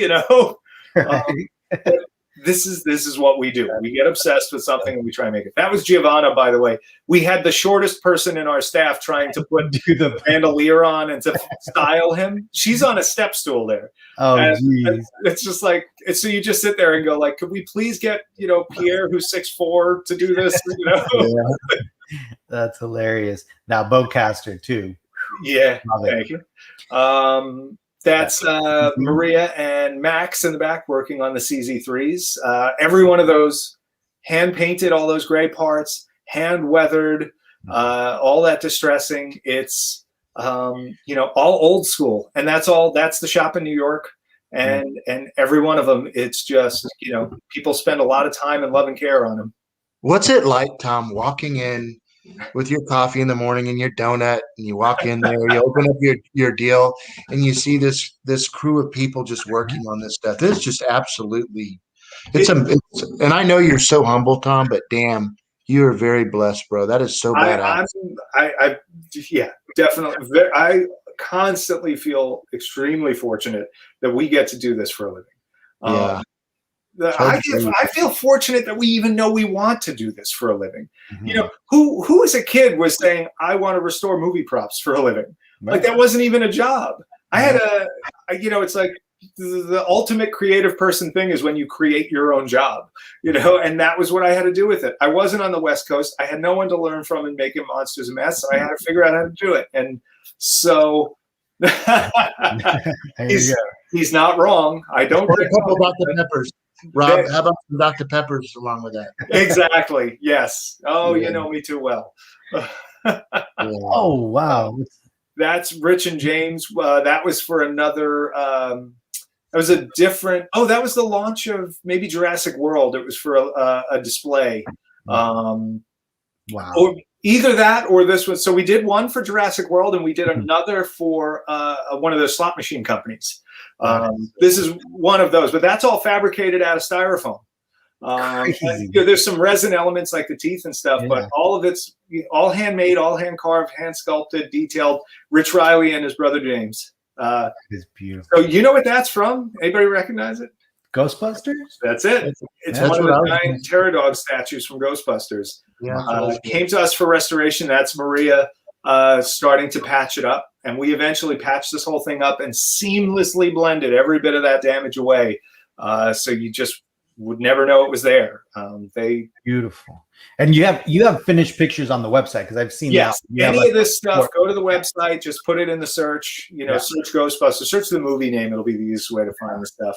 And it's such an iconic piece. I mean, it really is. Like, you can recognize the stuff that comes through blows me away, you know. I mean, and it's funny because we get things that range from $1,000 piece that means the world to someone to $1 million piece that means the world in a different way to someone else, or to a literal priceless one-of-a-kind artifact from an archive or a museum. And they're all the same level of special to me. Every single one of them, it's like, you know, that person with that $1,000 piece, that's just as special to them as that $1 million piece. You know, maybe more in some cases. That's right. Because it might be the only thing I got. And you know, so we pour ourselves into doing this right, just respecting the piece and the collector as much as we can and just trying to preserve these things. Jedi Fife. Stressful restoration, Tom. I'll give you 2 answers. Yes. American Werewolf was stressful because it was challenging and because it was Rick's. And I hadn't met him at that point. We weren't friends. And I felt like I was operating on someone else's child. And I wanted to do right by Bob and Kathy, but I also wanted to make sure I didn't ruin this prop. And not even that I didn't fix it in a way that I thought was great and then have Rick come in and go like, what did you do to it? And instead, the exact opposite happened. He was so nice about it once he saw it. And that's how I first met him. And I mean, it's amazing to be able to know folks like that have inspired me so much. And hard to put into words. What's the other one? You said there's the other one. Tom. Oh, damn it. I thought I'd get away with that. Max Reba was the other one. We can talk a little more about that. We'll talk about it a little bit. Yeah. Michelle Nairi working on one of the Gremlins. This was for Rick Baker's auction with Prop Store. He got us in to do restoration on about 50 or 55 pieces prior to that auction. Very intense. We did all that work in a short period of time, about 8 or 10 days. And it was a big bunch of us, folks that are, longtime people working with us and freelancers that we had worked with for years, all kind of coming together in one place to work. Tom, are they foam latex? Is that what the Gremlins are made of? Yeah, in this case, that one is. They're not all. It kind of varies from piece to piece, but most of the Gremlins are foam latex. A lot of them are a mix of polyfoam and foam latex. Is that what you see in the picture? Is that what you can see? Yes. So I mean, she's that little patch there that's our patching compound, filling in gaps and things like that. Very cool.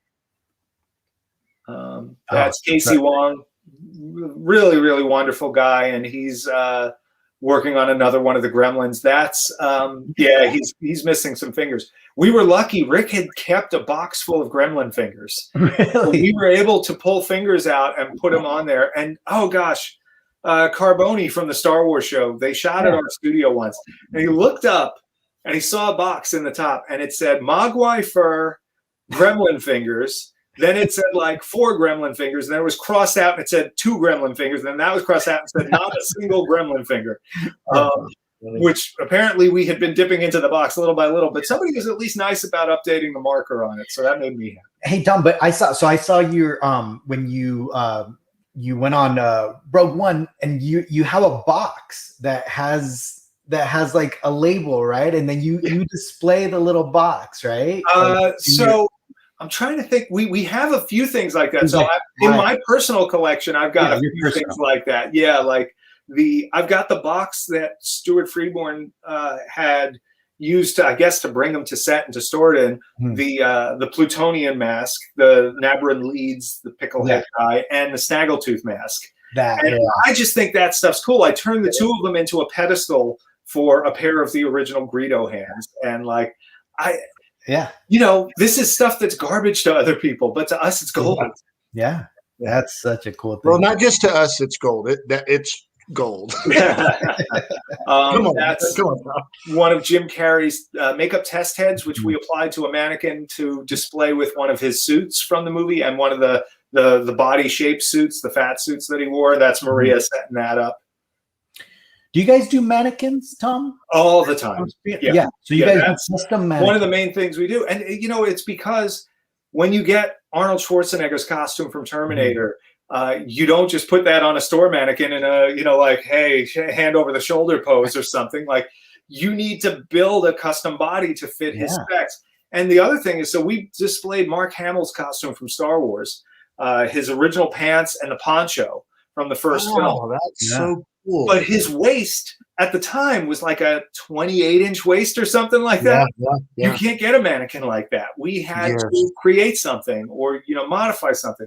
So we do that all the time. And I mean, at the moment, we have Power Rangers. We got that.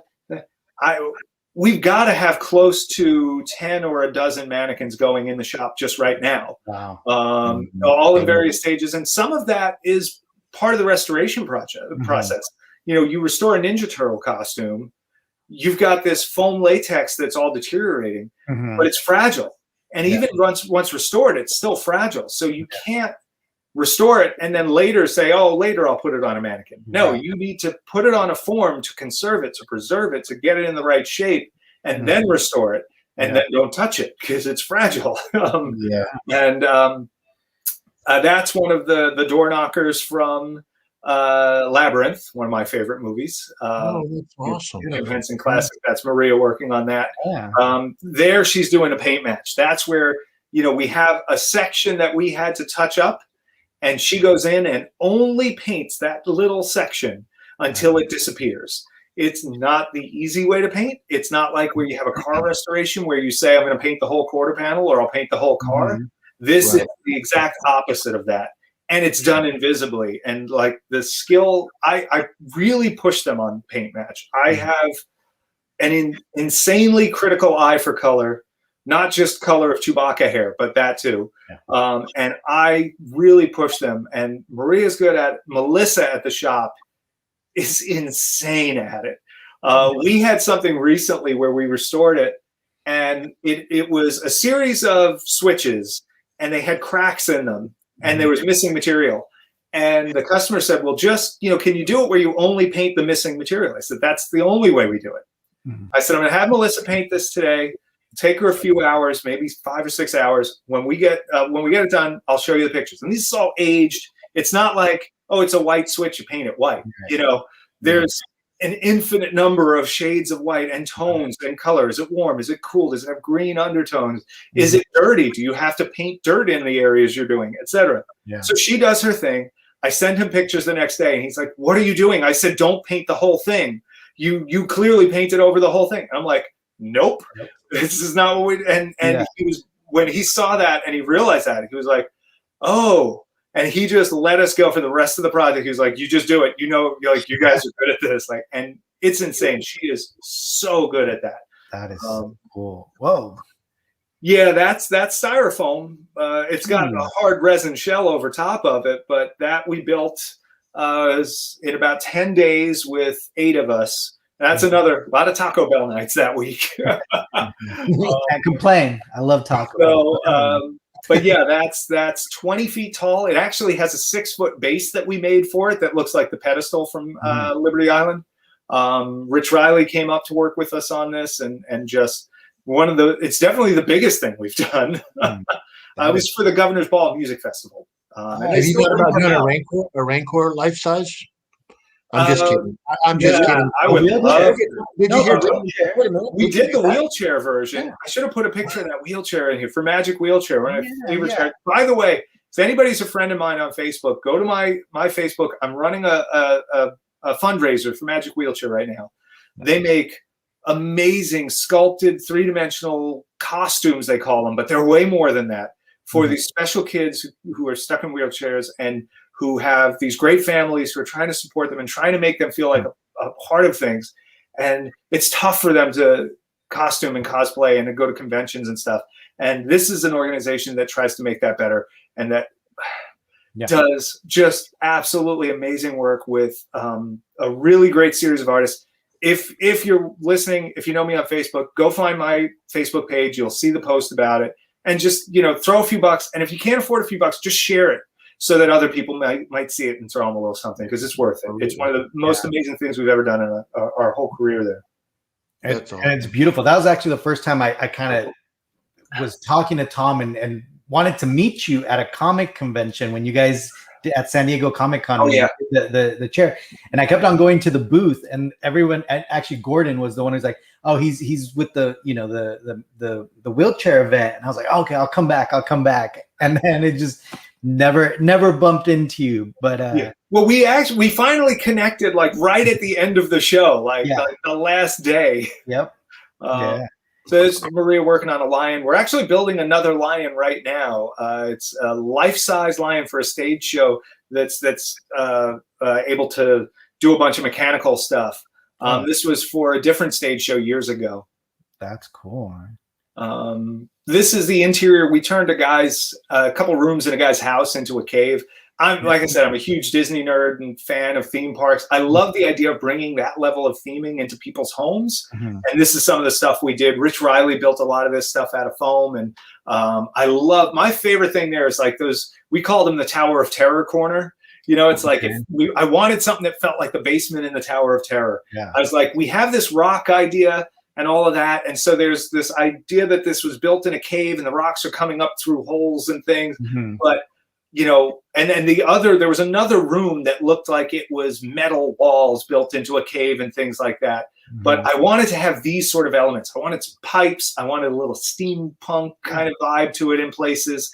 And just like it was made in the 30s, Indiana Jones time, the Rocketeer time, when all the cool stuff happened, right? So, okay. So not only do you do restoration, obviously you do, whole rooms, right? So people contact you and say, hey, I have this idea. I want to do this whole room, and you guys could work some magic. We love it. Yep. Beautiful.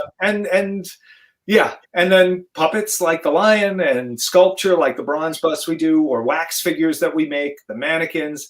TSD, so Tom Spina Designs, the whole idea of it is to cast a wide net. And here, so this is where he had, the TV, and we added things like vents and sort of cage lights, things that felt like you'd find them in a cave, like one that's been converted. And then the areas where he was going to have his speakers, we ran aged pipes and things. We added elements. That was just a brown table when we got it. So we added some brass accents and distressing and stuff like that to just punch it up and make it feel like part of it. There's a lot of fun. Is that something you guys still do though? Like you'll fly it or whatever, go to someone's home and actually set it up for them. And so we just recently did a bunch of stuff through Regal, a bunch of Rogue One inspired furniture and wall plaques for someone. Sometimes we do the stuff remotely where people send us photos. Right. They'll hire us to do commission concept art. And so $500, $1,000, a small sort of down payment almost to just dream up ideas. We get in phone calls, we talk with them, we go through a bunch of ideas. They hit us with what they want the budget to be and maybe their favorite scenes or characters, and then we go nuts and dream. And Rich Riley goes, oh, it'd be cool And that's when it's like, it's all downhill from there. Rich says that, and then like amazing things just filter out and wind up sketched on napkins. And then we show the customer, and maybe they love it. Maybe they say, oh, I like this from A, but I like this from B. And we dial it all in, come up with the final price, and then build whatever, we've dreamt up for them. And you just, I know. I went forward. Oh man. So that's Max. That's the real Max from the Lucasfilm archives.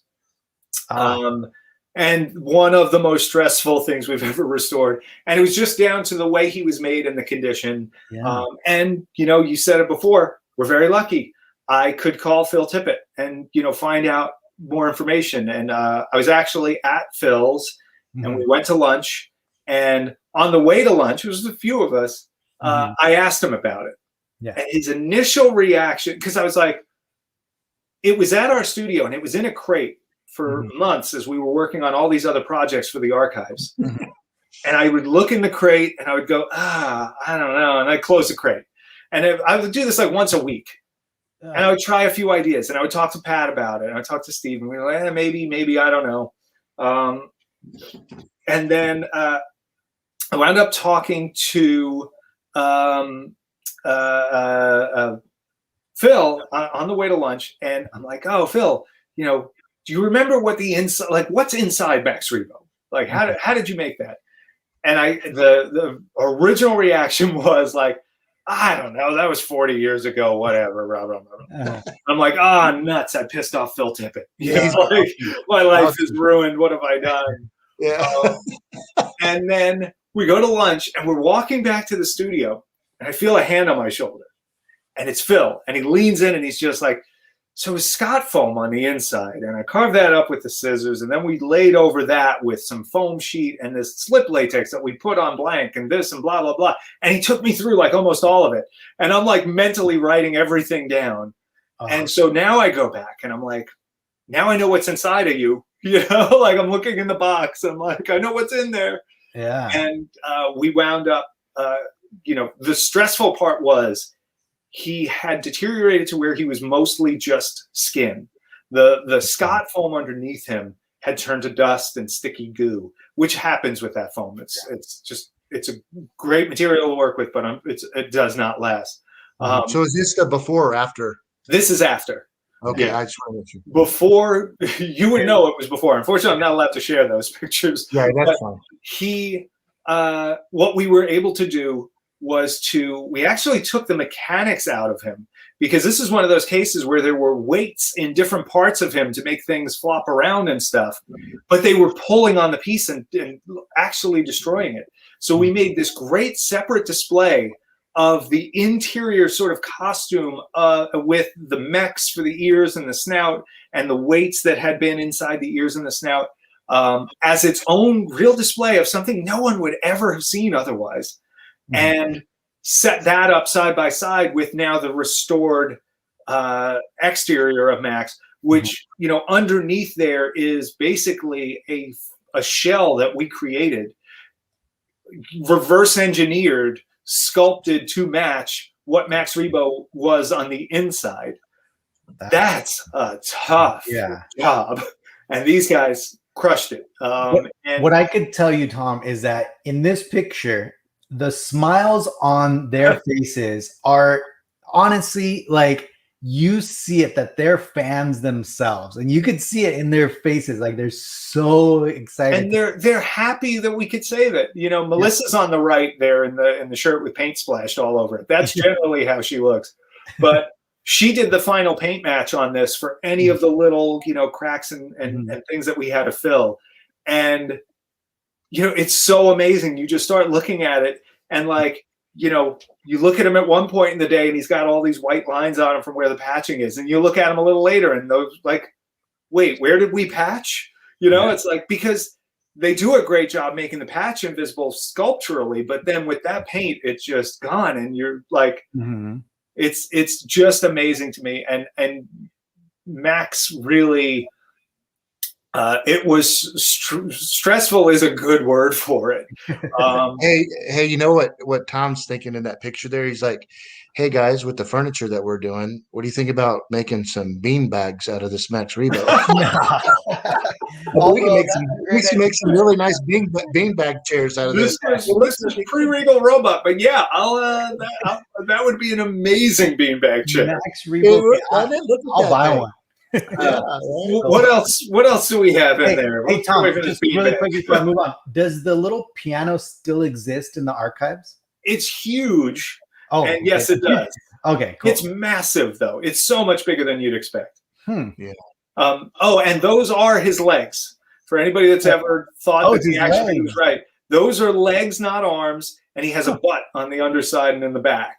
So that's his, like, the idea is that he has no arms. He only has arm legs, whatever those are. That's hilarious. And when you look at the original sculpt and the maquette, he's very much like this. Like, his arms are shaped like legs. It's just once you get a human actor in there, they start to look like arms again because they can't get their can't snap, you know? That's hilarious. Well, we got there's your guy, Gordon here. One of my favorite people in the world. He's working on Mikey from Men in Black. Yeah.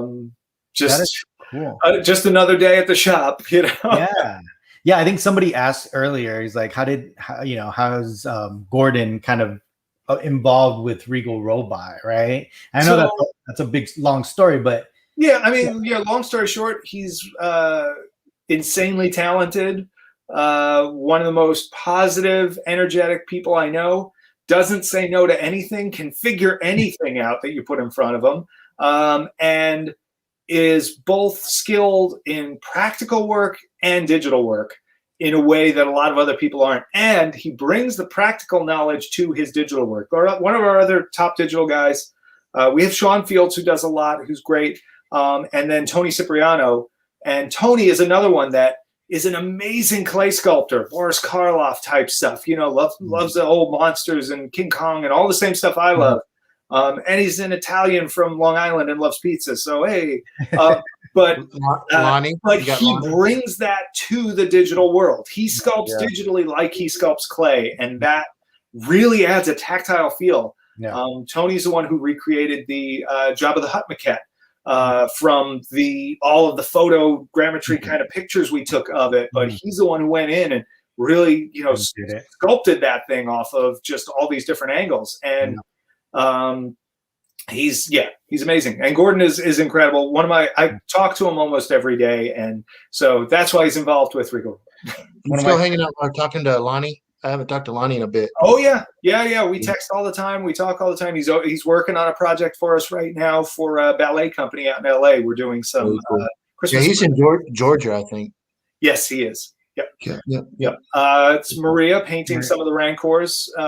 We did these in very small batches in the studio, and tons of handwork on all of them. They're what can I say? These guys. Beautiful. Put so much effort into everything we do. It's pretty amazing. And there's Melissa again. Yeah. Who always looks like she's up to something. I know that's just trying to smile bigger because of the mask and do the eye thing. But yeah, that guy's pretty close to done in that picture, I would say too. Hey Tom, so I know we're going to get into the Rancor talk here. So yeah. But I was just going to ask you. So when you guys are putting that Rancor together, is it? Because I don't know how the process is. So can you explain the process of the Rancor? Like, is it when you're past the digital, when you're actually creating the final piece?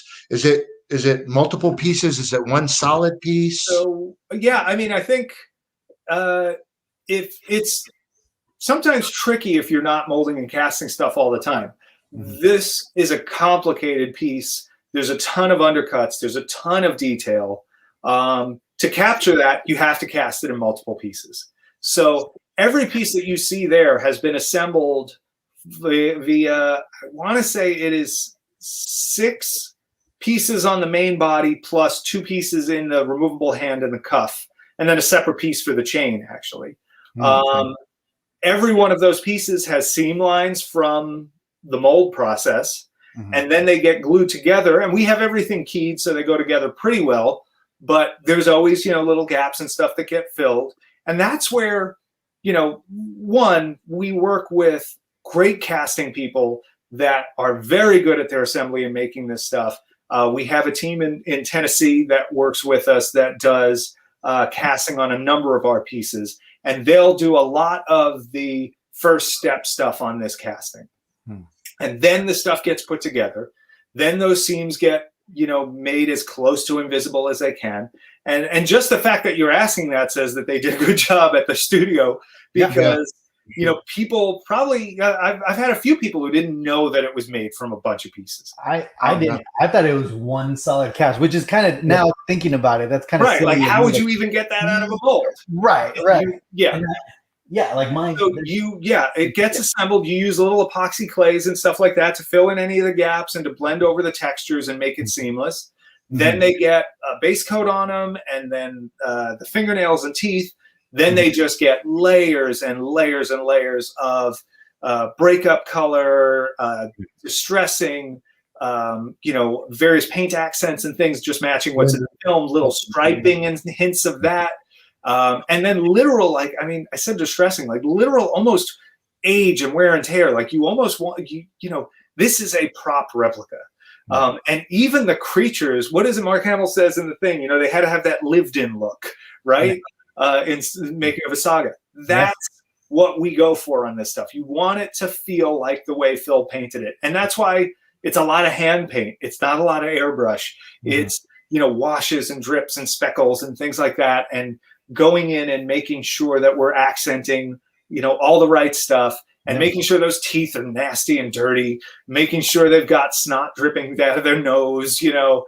And again, you got, like you said, like Maria and them who work on these priceless pieces, working hands-on on these. So I mean, you literally, it's you're seeing all the same faces, and that's exactly right. And that's the way it is with all the Regal stuff. You know, it's one crew.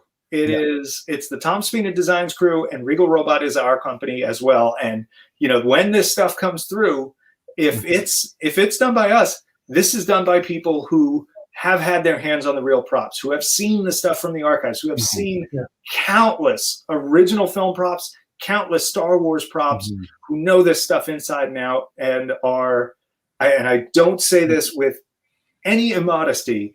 I say this only with just humble awe at their skill. They are the best restoration artists in the world, in my opinion. And I really believe that they have done stuff that I didn't think could be done, and I invented some of this stuff. You know, so and Tom, you guys restored the Rancor, right? You guys restored the actual Rancor, or we restored a lot of stuff for the archives, some of which we're not really supposed to talk about as much, but I mean, but we did restore. We restored a whole bunch of pieces for the archives, and you know, and on top of that, it was I mean, that project alone to come through, to be entrusted by them, means the world to me, because the people that operate the archives right now are, for starters, they're just great people. That's, you know, they're but they care so deeply about this stuff, and they are so professional about all of this, that, you know, this stuff didn't just go through and like willy-nilly, oh yeah, I guess just take those and do something with them. You know what I mean? They were involved in the process. They wanted to know how far we were taking things. They we could have these in-depth conversations about conservation because that's their background. That's the work they've done. That's what they've studied. And they take such good care of that collection. Pardon me. It really is such an honor to have been entrusted with this stuff, and to have a truck show up at our studio where it's like, oh, there's a truck here. What's that? Oh, it's like 20 crates from the Lucasfilm archives. Like, what? You know, this is our life. You know, how are we doing this? That is awesome. So yeah, an absolutely stunning thing to work on. and there's okay. So Smithsonian, right? You guys. Yeah, there's our top painter. So that's Melissa putting Darth Maul markings on a faceless mannequin head. I believe those horns came from Philip Robinson, who did a great bust, and that was to make this mannequin for Ray Park's original costume. Wow. And now I ask people to think a little bit about this, because this is not just a regular mannequin. One, it's a very specific pose. Two, his legs are very far apart, so you can't get the costume you can't put your pants on if your legs are out like that. Right. So we had to make a mechanical means, not just a removable leg because it wasn't sturdy enough for this. We had to come up with a mechanical means to get those pants on. Oh, wow. Two, we had to get the boots to fit. Three, his costume is layered and challenging, and we only got to work from measurements. Normally, we have the costume in hand and we could do test fittings. Four, he's holding a lightsaber. Yeah. Five, that lightsaber has lights in it, which means that we had to run wires. I think that's all of them. There's probably a sixth too, but Gordon Tarpley was at our studio in New York working on this with us, and he put a lot of blood, sweat, and tears into doing that. Yeah. And then this was another fun one from that same build. So cool. They needed new hands for the Emperor, so I volunteered. You sculpted those for that? No, those are my hands. I actually posed like that, and we molded them. Sean wanted. Sean's going to hit you up, be like, Tom, let me get some of those hands. Because he has a really cool life-size Emperor. Oh, nice. Yeah, they were like, oh, what sort of hand should this have? And I'm like, he needs to be bent at the elbows and have the zappy hands. Like, there's just nothing, you got to have the creepy Mr. Burns kind of look going there, Yeah. So are you like David Duchovny in what's that movie where he's a hand model? Remember? Oh, yeah. Your hands are the priceless. Oh, God. Yeah, I'll have to get them insured. Yeah. There we go. That was at the exhibit opening night. That is so cool. But look at that. I mean, like, you guys are working with the screen used pieces. It's crazy. Like, it really is crazy to me that, like, again, this is our life. How do you even? Yeah. Oh, and then of course. Yep. So that's that's one of our Tauntaun replicas. That's still in progress there. That one's not quite done. That's Ricky Vitus working on it. He's been with us for a couple of years now. Incredible artist, great effects guy. He shares a passion for werewolves with me. Like, I love making werewolves, and so does he. In that picture, it's great. I mean, it's a great work, Tom. But you know what I'm looking at. I know exactly what you're looking at. Yeah. It's the mock-up CZ3 poking his head out in the top middle, right? Is that it? Come on, Tom. Come on. You guys got to finish that one day. When I have some spare time, we'll that Tarkin, man, it's mostly there too. Oh gosh, time flies by for me, man. I feel like I am just nonstop some days. Today was one of those days. We had two different interviews for two different job positions we have open at the shop, for one for a shipping manager and one for a studio artist. And I was like, interview, phone call, swallow tacos, interview, phone calls. It was like, oh man, all day long. That's me and Rob with the most recent batch of those Tauntauns we just finished up.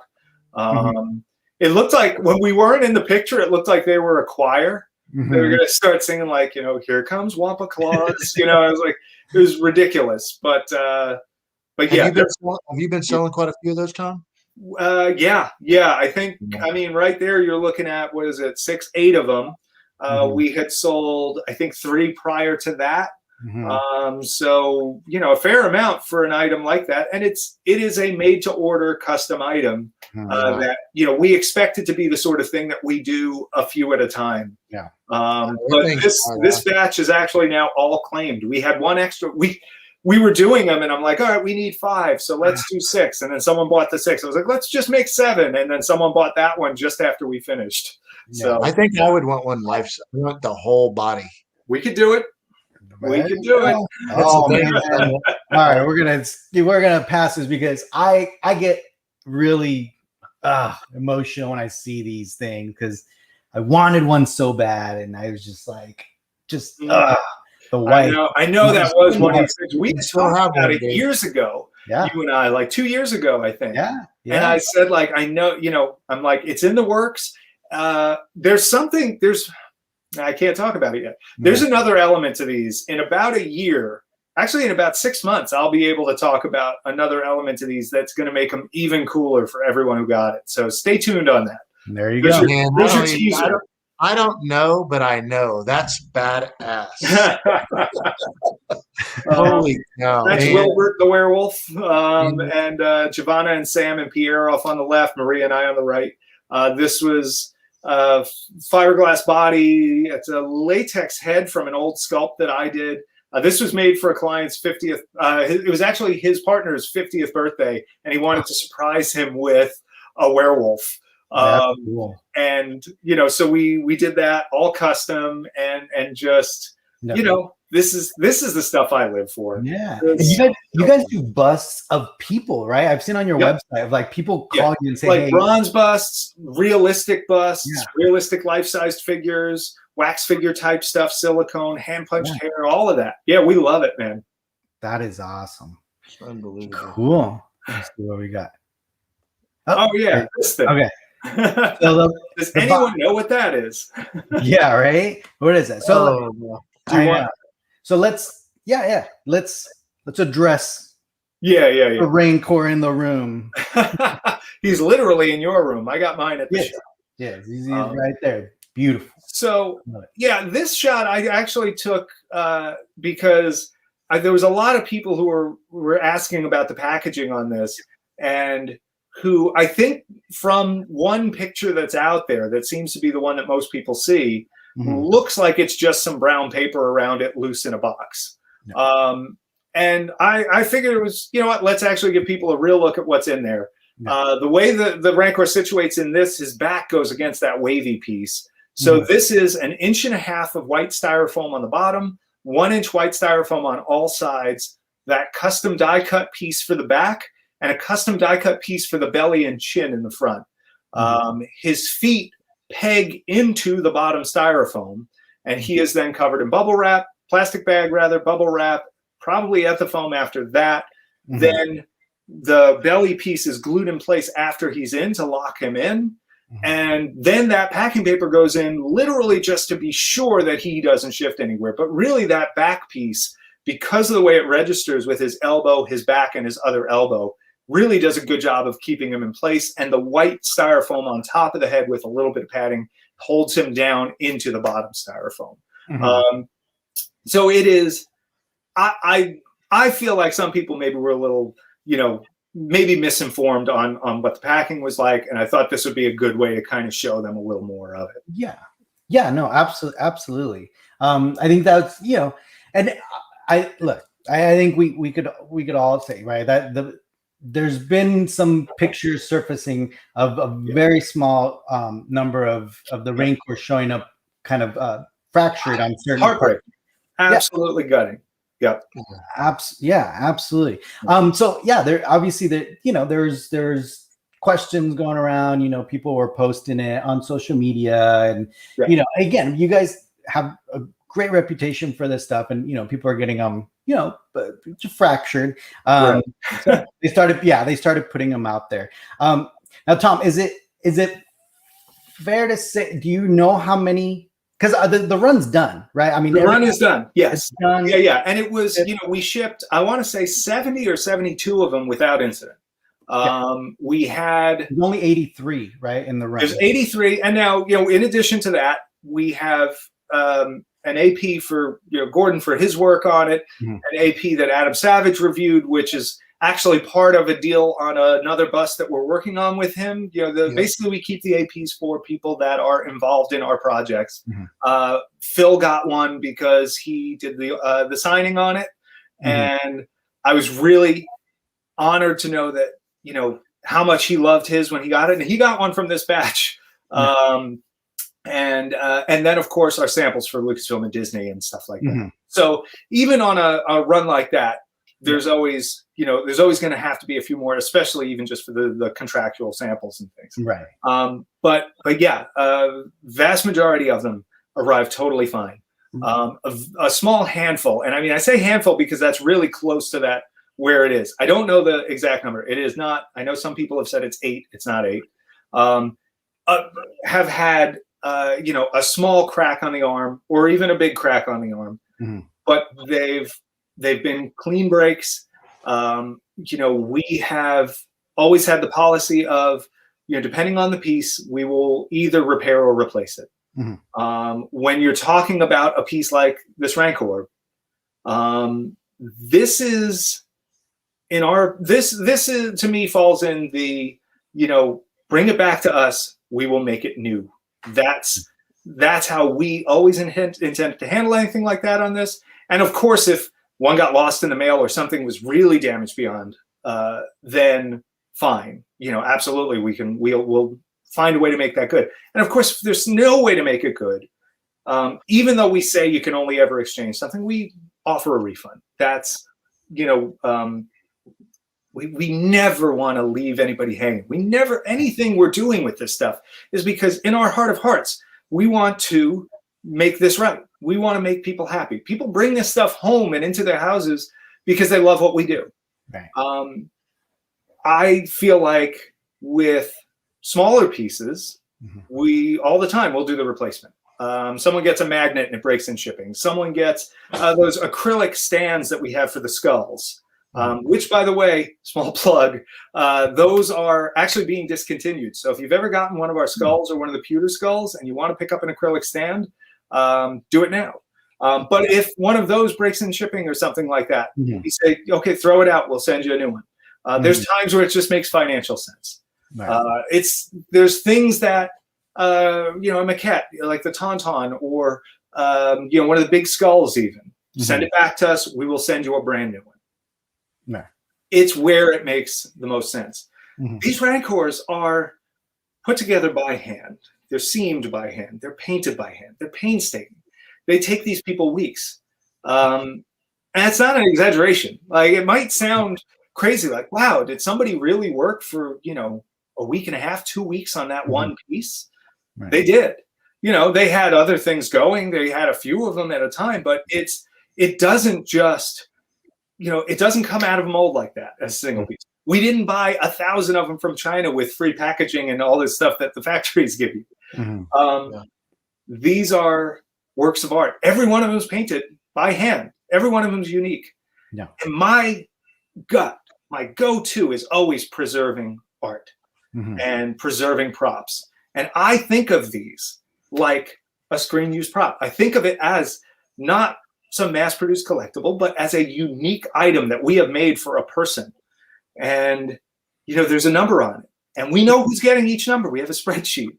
And you think about that person when you're putting this thing together. Yeah. And we really do. Like, it sounds corny, but like when you're making... No, I know you do, Tom. I mean, you're through the whole process. I mean, before you even started doing these big runs, with my life-size Chew, I didn't mean to cut in like that. No, it's fine. I it's safe to say I'm a big client of yours, respectfully. Clearly, from what's behind you. Well, here's the thing, though.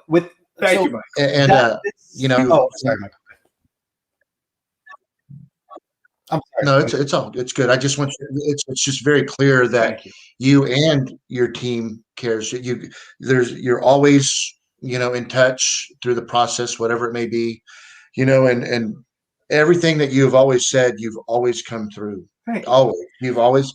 And I'm not here kissing Tom. Listen, I'm not here kissing Tom's ass. Thank you. All the viewers that are watching this, it's safe to say know who Regal Robot is, period. Right. And most of them absolutely know your reputation, and you have a fantastic, let's be clear, you have a great reputation. And this blown up thing that happened, I'm not going to say anything, but the fact Michael, is that yes. Just really quick. I think this puts it in perspective. I think because I think what Tom, what you're saying, again, each piece you're considering a work of art individually.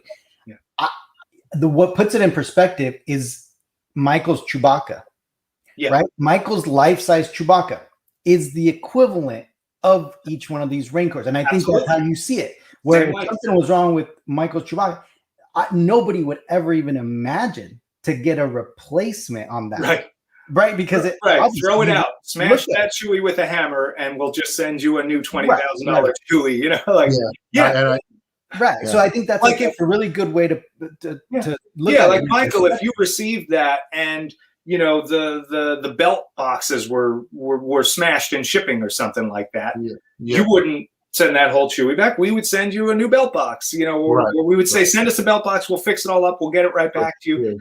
And you know, the good thing is when we take something like this, you know, it's all about improving things. Like I got started in even before the restoration, and I never really thought about this, but this actually connects to the restoration stuff. I used to take the Elusive Concepts Yodas and I used to plus them up for people.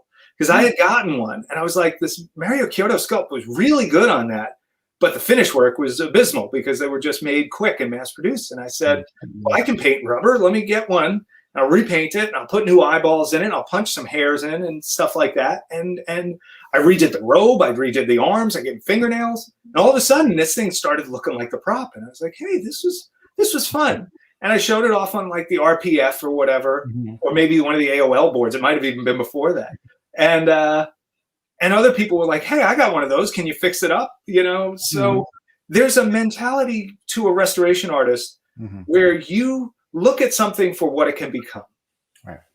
And in a case like this, that restoration artist, who again, these are the best people in the world. I'm not trying to like do one of these or anything. I am just so proud of what they've all become.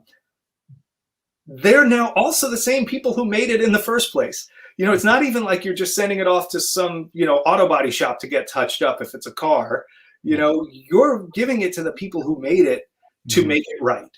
And what you're going to get back is going to be the same thing. It will be your piece. And I think what's important to know is that it's in several pieces anyways. There's seams from the mold already there that you guys are already working all that. So, and obviously there's no way and now it's funny. So obviously, look, I don't want to minimize any of this. And I think for me, in regards to the whole repair or replace thing, I just want to get my perspective across on this particular piece. And on things like the Chewbacca. That was a really great example. I do think, you know, and like I said, there's a whole bunch of pieces where we do replace if that's what makes sense. I do think that I'm sorry, I started to lose my train of thought. I feel like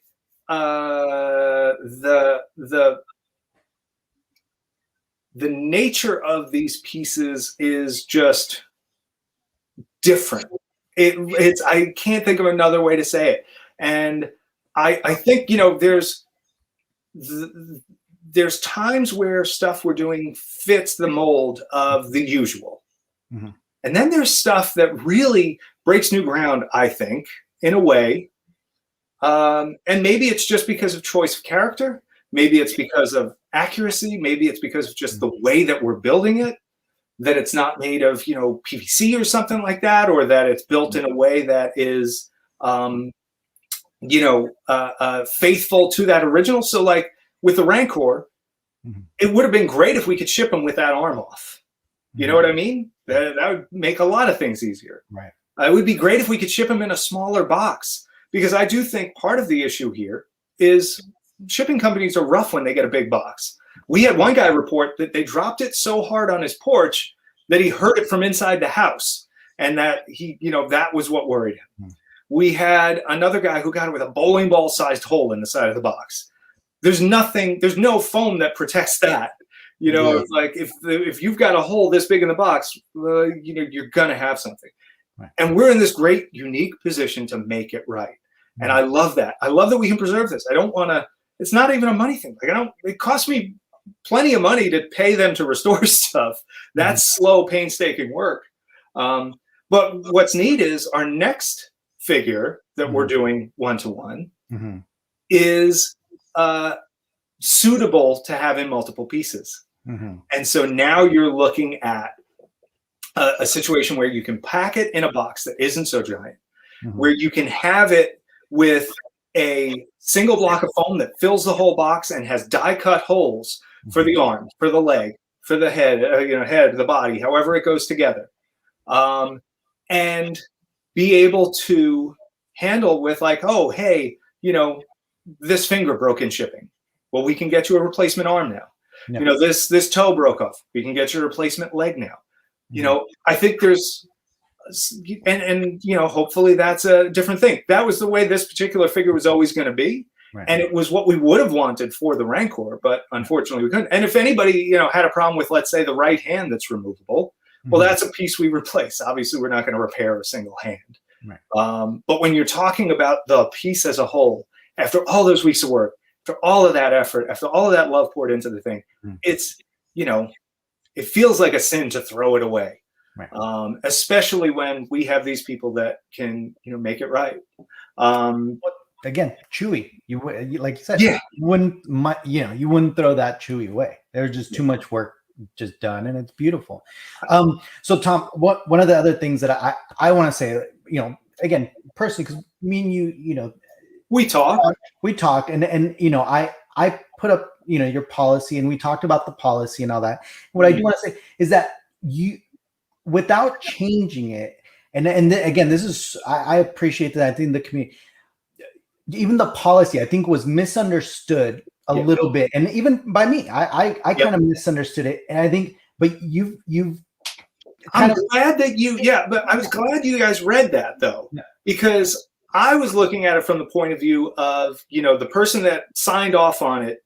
Mm-hmm. This is now 5 years ago when we started this company. Mm-hmm. It's written in legalese. Right. You have your own understanding of that. I struggle with it sometimes. Yeah. He's annoying that way sometimes, Tom.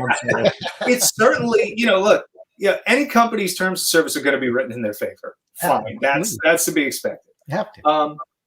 Our terms, though, what I saw was a whole bunch of people jumping on the fact that they thought you had to pay the shipping to send something back to get it repaired or replaced. That was never the case. There was a section that was about returns. So if you were sending something back that was not damaged, we expected you to pay the shipping when you send it back, and any of the fees and any of the duties or any of that stuff, because that's an item that you just changed your mind on. And that's the same policy everybody has for returns. Nobody pays their way, your way to send it back because you changed your mind. Mm-hmm. When we're talking about damages, and the way I did this was, after seeing this, I just really put headers in. Mm-hmm. And I said, this is the section about damaged items or shipping damage. This is the item about exchanges of items that aren't damaged. No. And then the other thing I went through is I just looked for any, redundant language, and made sure it was really redundant, because there was a couple things that were said in both sections. And I said, you know what, let's whittle this down just for clarity. But anybody wants to give it a read, and they can compare it to what was posted before. The policy stayed the same. It's just, we made it more clear. And of course, somebody has something damaged, we're going to make a shipping claim. We're going to get the carrier to send it back to us, and if they won't cover it, we will. And once we get it back, we will either, make it new in the studio, or depending on the item, we send you a replacement. And there are times we even do the old, smash it, make sure it's broken, show us a picture, we'll send you a new one.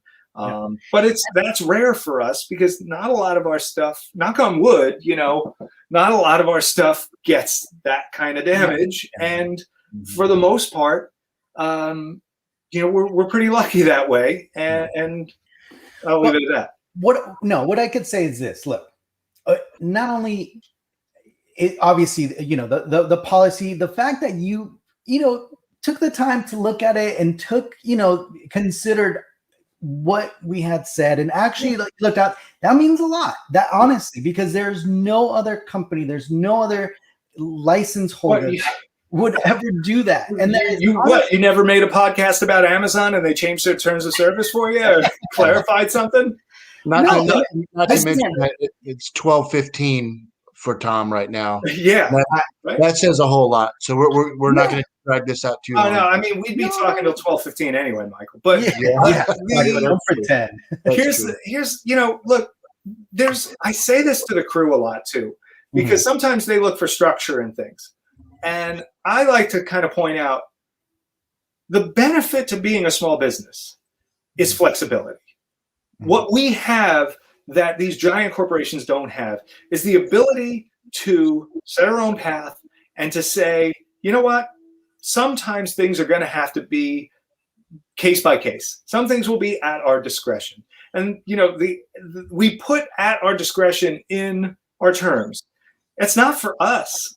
Like, I mean, yeah, it helps us sometimes, but really it's there, you know, because we got someone that says, hey, I have a payment plan going, and I know it says I lose all my money if I cancel my payment plan, but you know, it's someone who's a loyal customer who's bought a whole bunch of stuff, maybe even has another plan going, and they have a life incident that they need to help out, and it's like, I'm not going to sit on his money because, you know, like, oh, you know, something, you have bad luck at home. Like, our discretion is so that we can help folks and flex because, you know, maybe that's just the best thing at the moment. And maybe this is just another way we can make things right for people. It's super important to me. I mean, look, the other thing I would just say is Christine actually said to me earlier, she said, tell people that personal messaging you on Facebook isn't always the best way to get an answer or something. Now, I don't mind messaging with people. I actually enjoy it. You could probably tell from tonight, I even enjoy talking a little bit. Yeah. But there was someone who posted up a conversation that was had about the Rancor that was not from the business account. It was not from email. It came from personal messages from my personal Facebook because they had asked me some questions. I was answering those questions on my first vacation since COVID hit with my wife at the Plaza Restaurant on Disney World on Main Street. With you know, the waiter kind of looking at you like, are you going to order? And I'm just like, oh, this guy's Rancor. I got to try and help him out. You know, I don't know how many companies the owner of the company is going to stop his vacation, make his wife wait, which is not advised, by the way, and answer their private messages. So I you know, this is not a pat on the back because I know that's never an ideal situation. But that's our commitment. That's what you're getting there. You're not. This is beyond what is, I think, even possible with some of these bigger companies. And so that's the thing. And then the other thing, and again, this is from Christine at the shop. If you ever go to read our terms and you think something seems weird, if you could go and just post about it on Facebook, or, and it's just an idea, email the shop or give us a call, and we will tell you very happily what our real feelings are about it. And then if you don't like it, fine, post on Facebook and say like, hey, can you believe this? Yeah. So I mean, and again, I don't think anybody, any license holder, any company would go out of their way, again, right, coming back from vacation and, you know, trying to kind of, there was a lot of speculation out there. There was a lot of stuff that was kind of misinformation. Yeah. So that's why it was very important for us to also, you know, talk about this, because we wanted to correct a lot of it. And, you know, obviously I think it's for the betterment of the hobby, the community. Sure. And again, look, we just walked through your amazing story of, you know, how Tom Spina Designs came about, how Regal Robot came in. We met a lot of your artists through these pictures. And I think that's a big deal, because you're usually the face of these companies, right? But it's also knowing these artists and getting to know their expertise and what they've worked on. They make you look so good. They're going to be working on your personal thing. You know what I mean? Yeah. It's crazy. No, I mean, thank you for that, by the way. And it's very much appreciated. I'm happy to talk about this stuff with anyone. I've had a few phone chats this week with people who had expressed concern online to me. And I said, you know what? We could write back and forth about this, but I don't think either of us actually has the time to do it. Let's go grab a call, you know, and I wanted to hear some people, because it was a little surprising to me to see that, you know, because we had an incident or two where something breaks in shipping. It happens. We had always planned for this one that this was going to be a piece that we bring back, we make it right, and we send it back home. And that was fine. And we had one that went home and the guy's over the moon about it. Could not find the repair, and was blown away by that aspect of it. Which makes me very proud of the work they do. Yeah. And this is like, it's not just a little bit of glue and you're done, like we're reinforcing everything first. Then we're filling in the crack. Then we're making sure any of the sculpted details are back in. And then we spot paint it. And like with Max Rebo and the Gremlins and everybody else, that stuff starts to disappear. But it took me by surprise when, after this is already sort of accepted by some of our clients, that anyone kind of came in and got their back up because they felt we were somehow cheating them. And that's the last thing we want. We made this offer because that's how we want to make it right. And when that wasn't received well, we offered a refund, which again, we didn't, by our terms, don't have to do, but at our discretion. So yeah, immediately, fine, absolutely. But, and even in the conversation, I think I said, like, I would much rather, I hope you reconsider, I'd much rather have you get your Rancor. And so, we'll see how that particular one works out. We're lucky that, with the couple of other people that had an issue with the shipping, especially one poor guy with the bowling ball hole. I mean, I swear it really looks like someone at FedEx just was like, kicked it or something. It's like a huge hole. And luckily it's a clean, small break. It's not bad. And it's totally something that we can get right. And he's super understanding about the whole thing. He's excited to get it back to us, to get back to him and get it home. And I'm just, I'm hopeful that for as many people as we can, we get them their piece back and they're absolutely thrilled with it and it becomes a part of their collection and something they could be proud of for years. And, and if somebody would rather have a refund than that, then we do that and we get them that. And it's like we have a lot of people that are waiting. I've been very lucky. A few people emailed and even saw the dust up and was like, hey, if one comes back and somebody doesn't want it, let me know. And it was like, I'll take it. No questions asked, full price, whatever, so there's options for that. And maybe somebody comes out of this even happier in the end that didn't think they were ever going to get one. But still, ultimately, our hope would be everybody who got in on that special run, everybody who was one of those 83 that got one of these, gets it and loves it and makes it a part of their collection. Yeah. And that's I think what we're all hoping for, is that, because ultimately, it's such a beautiful piece. And it's like, it's such a bummer to hear that people would rather get the refund than have and that just, again, to me, and I understand the point of view where people say like, oh, well, would you rather have one that, had to get sent back, or would you rather have one that's new? And that's a fair argument. But those aren't the choices for this piece. And so, we have two good choices. And if somebody's, really concerned about it or worried about the value of it and wants to say, well, look, can you give me a small credit to make up the difference? Sure, we talk about that. We do that from time to time. I think what makes me feel better is that the next piece has that built-in removable arm and leg scenario where it's that much easier to just replace a part if it needs it. Right. The hollow chests. That's what I was going to ask you, Tom. They're not. What do you tell people that ordered the hollow chest? So, now orders have just closed out on those. Yes. So the last people who got in, I actually had someone. So again, I'm on vacation and I'm, sneaking out of the hotel room at Disney World to log onto the website and close out sales on those 2-packs because it ended midnight on Friday while I was still away.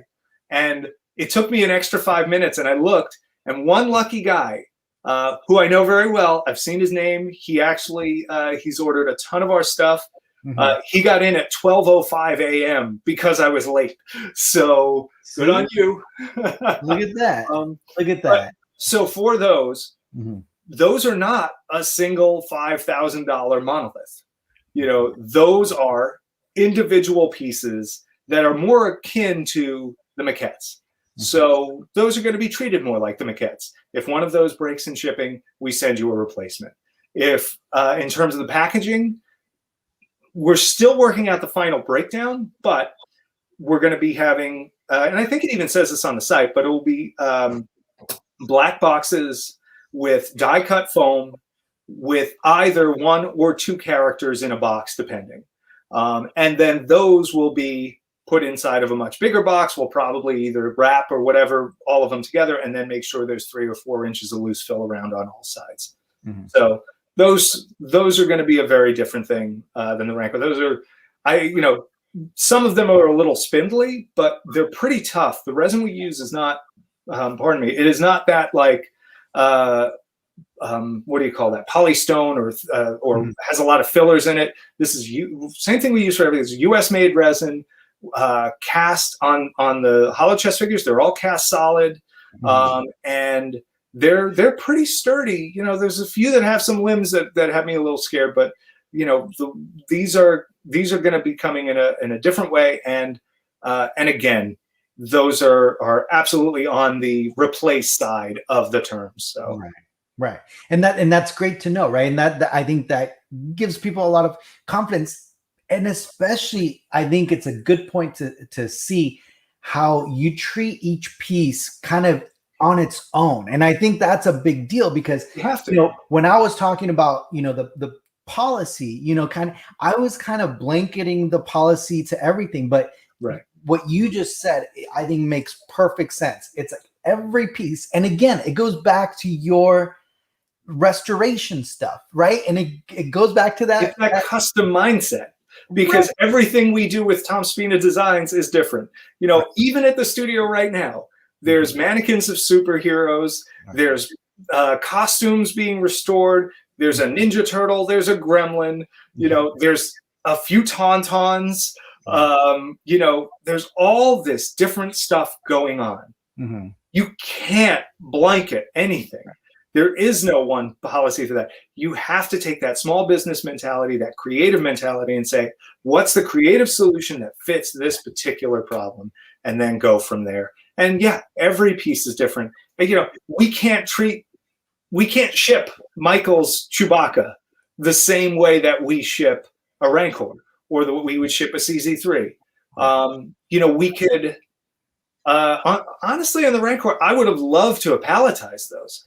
I would have loved to have put that on a pallet in a 36-inch cube box that is a wood crate, and then inside of that have the piece foamed and packed in a smaller box with loose fill all around it. But I don't think people would have wanted to add, you know, $1,000 or $1,400 to the cost to do that for everyone. I mean, Michael's just sick over it. Look, Michael's like, I'm used to it. No, what the hell's up with that? I don't. This is but yeah, you know, and there are times it's also interesting because, you know, for the most part, the shipping prices on our site are less than we pay for shipping on a lot of our stuff. We try and absorb a little of that cost to try and keep things reasonable where we can. I think people would be, not everybody, I think some people might be surprised when they see some of these things going from us to like the Lucasfilm archives or to these various, you know, collectors and things. When you've got these priceless artifacts, we work with a museum crating company that will either make us custom crate and packing, or will even come on site and pack the stuff with us watching and telling them what they can touch, what they can't touch, what needs support, what doesn't. And then they'll go through after and go, I think you need an additional support here. And we do that. But that's not, you know, we could do that for any of these projects if someone wants it. That's what I was going to ask. So if someone emailed you and said, hey, like, I want this thing created, that's something you guys could facilitate. Absolutely. It's an additional cost, obviously. And, you know, to have it where we crate it and we do the work and then freight it to you, you know, you're going to pay for the crate and you'll pay for a day or two of someone's time to build that crate, to then figure out all the bracing and everything and to get it all packed. And still doesn't guarantee it ain't going to show up in 10 pieces. Yeah, well, freight is its own animal. Yeah. We also, there's also, if someone is local to the tri-state area and wants to come pick something up, we can work that out. Yeah. And if someone wants to do a van service on a bigger piece, so if you're within 3 or 4 states of us, let's say going down even almost to Tennessee, we have van delivered stuff. We have a company that we work with that does literally a door-to-door service. Now, it ain't cheap, but there's a really great option for, say, someone who's got one of these Tauntauns and says, you know what, instead of putting it in a box, in a crate, on a pallet and freighting it to me, which costs, whatever it costs. I think we have that listed at like $400 or $500 on the site, whatever it is. It's about double that actually, because we have the crating costs and then the actual freight comes up a bit more. But you could, for $800-900, have a van, take it from our shop, we'll hand it to them, and they will bring it to your house. Right. And they'll even carry it in the door. Like there's a lot of options. But then on the super high end, if somebody really wants that museum creating service, you might pay $1,500, $2,000 just to pack it up, and then whatever the freight is. Right. But there is the platinum service, and we use that a lot for the screen use stuff, where the value of the piece balances out that kind of cost. But again, that goes to the fact that, again, the way you're handling these individual pieces, again, like works of art, and people have the option for that, and that's great. And I'm telling you, I think you can cover pretty much the whole range, right? From someone that is willing to pay the $2,000, right, to someone who's probably going to complain because the shipping is $50, right? Like, right. Why? We get plenty of those, yeah. Why, for $3,000 it should be free. Right. There's a whole spectrum, right? And especially, in the hobby that we're in, because we're not used to dealing with companies like yours, Tom, and that's the big difference, right? We don't get the big discounts that the big companies get. We're not shipping hundreds and thousands of pieces out a day. We're shipping, a handful of pieces some days. There's, and especially on the big stuff, those go out in batches, 5 at a time, 10 at a time, whatever. Right. It's a different mindset for us, and I think people get a little spoiled by Amazon and Wayfair and all these bigger companies that offer free shipping all the time. I wish we could do it. I wish our margin on the Rancors was what everyone thinks it is. I'll just say that, because I heard a lot of speculation about that, like how much these things really cost, and I was like, oh, all right. I sometimes want to tell folks that tell me, we'll get posts on our thing like, oh, that should be $100, whatever we're making. And it's like, I've just hired you and you now have to make all of our stuff for $100, sir. Thank you very much. No, I know. And again, I think that's a big difference. And I think, people need to be aware of that, the types of pieces that we're working with or that you're providing are not necessarily in the same category as some of the the statues that we're used to through Sideshow and obviously like things like that. It's not. It absolutely is not. Again, I built a whole wall specifically for your pieces because that's an honor, man. In that room, because I knew that they were museum style pieces, right? And I knew that that's how I wanted to display. That spotlight is beautiful. Thank you. Yeah. So look, you're even sitting on one of our pieces. I am, and I just did a little TikTok about it today. That was actually the first video I saw when I met Gabe. Was that on that chair? That's funny. The first time I was ever. Yeah. I mean, it's one of our. Anytime we post, he sent us a picture of it when he got it in his room, and anytime we post it. It always does great. Like everybody reacts to it, but people are always talking about the room because it's just so clean and so classy and crisp. And it's the way I love to display stuff. It's funny. I actually lean white though, because I like the ambient light that brings in, but you've got the spotlights on everything. So this just really gives it that little extra classy edge. And I'm proud of it, man. I'm like literally honored to be in there. And and I don't know if you knew, but I did that was my first Regal robot unboxing on my channel was this, where literally you guys had a service where they hand deliver. Yeah. There's a truck outside, furniture company. They come in, they assemble it inside of this room because I was nervous. I was like, it's not gonna fit. It's not gonna fit through the door. It's challenging to get that guy through a door too. I've had to do it sideways and turn. No, what was scarier is that I got the notification that the delivery people were there when I wasn't home, but my wife was. Oh no! I was like, oh no, she's gonna see this. She's gonna ask me how much I. Oh no! I was like, so that I was like, hey, honey. So look, this is how much I spent, but I also need you to do me another favor though. Can you record the whole process because I'm gonna do a video on it? And she's all mad. She's like, fine. And that's how Tom made Gabe get divorced. Right? Oh man. No, the chess pieces. That one. Oof. My wife's like, you spent. And I could tell you stories right now, Tom, about the chess pieces with him. It's hilarious. It first started out like this, Michael. What we need to do here is you need to buy the signature chess set, and then I'll buy the body slam. Right. And then together we can do a little deal. I'm like, what a dick, like, let me spend all the big money.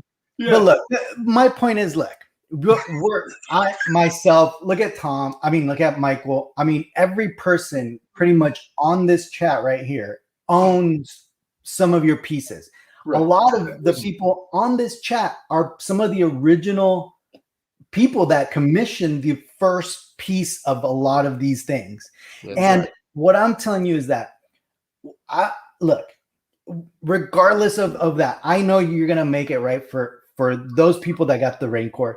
But even more than that, I think I want to thank you so much for honestly, like, being part of this community. And honestly, considering you as a friend of the community, where if you have an issue, you could reach out to Tom, even though Christine's telling you not to reach out to him personally on his Facebook. But you know what? Tom is reach out through the email. I check that too. They make sure I see anything that's needed for me. If you bypass his secretary, you are going to make her so mad. No. But look, honestly, like Tom is just the nicest guy. He's going to respond, and that means a lot. And again, being in this hobby for such a long time, we've dealt with a lot of companies that won't even return an email, right? And the fact that you have made yourself so just available for these things, that is, again, that means a lot. And look, people are saying it, right? Oh, geez. Pete's saying, and then we have to, Pete, and you are, you really are. Like here, Sean. Sean. Joseph, right? Joseph, he understands, and as a community, this is a big deal. This is a big deal. Here's Pete again. Harry, you could have easily rejected, right? Look what Sean says. Wait, this is live? I'm out of here. No, because look, here's the honest truth. I mean, look, we weren't the nicest the last time we were and myself too, right? We all we're talking about this. We're emotional. I was. All right, Michael, you're nice. Thanks, Michael. But yeah, you could have easily just said like, no, like, forget it, and wait for it to blow over, and I'll just, and then we'll get on to the next thing, and everybody will see everything's fine. No, look. Here's, and again, you really have, and you have gained lifelong customers by a lot of people, and again, just the fact that you reached out for criticism. You're asking us for feedback. You're asking us for criticism. And the fact that you immediately went in there and you immediately started just doing little tweaks, little here and there. Yeah, trying to improve the clarity, make sure people understand what we're saying, and in this case, just why we're saying it. I mean, here's the thing. It sounds like it's an unusual thing.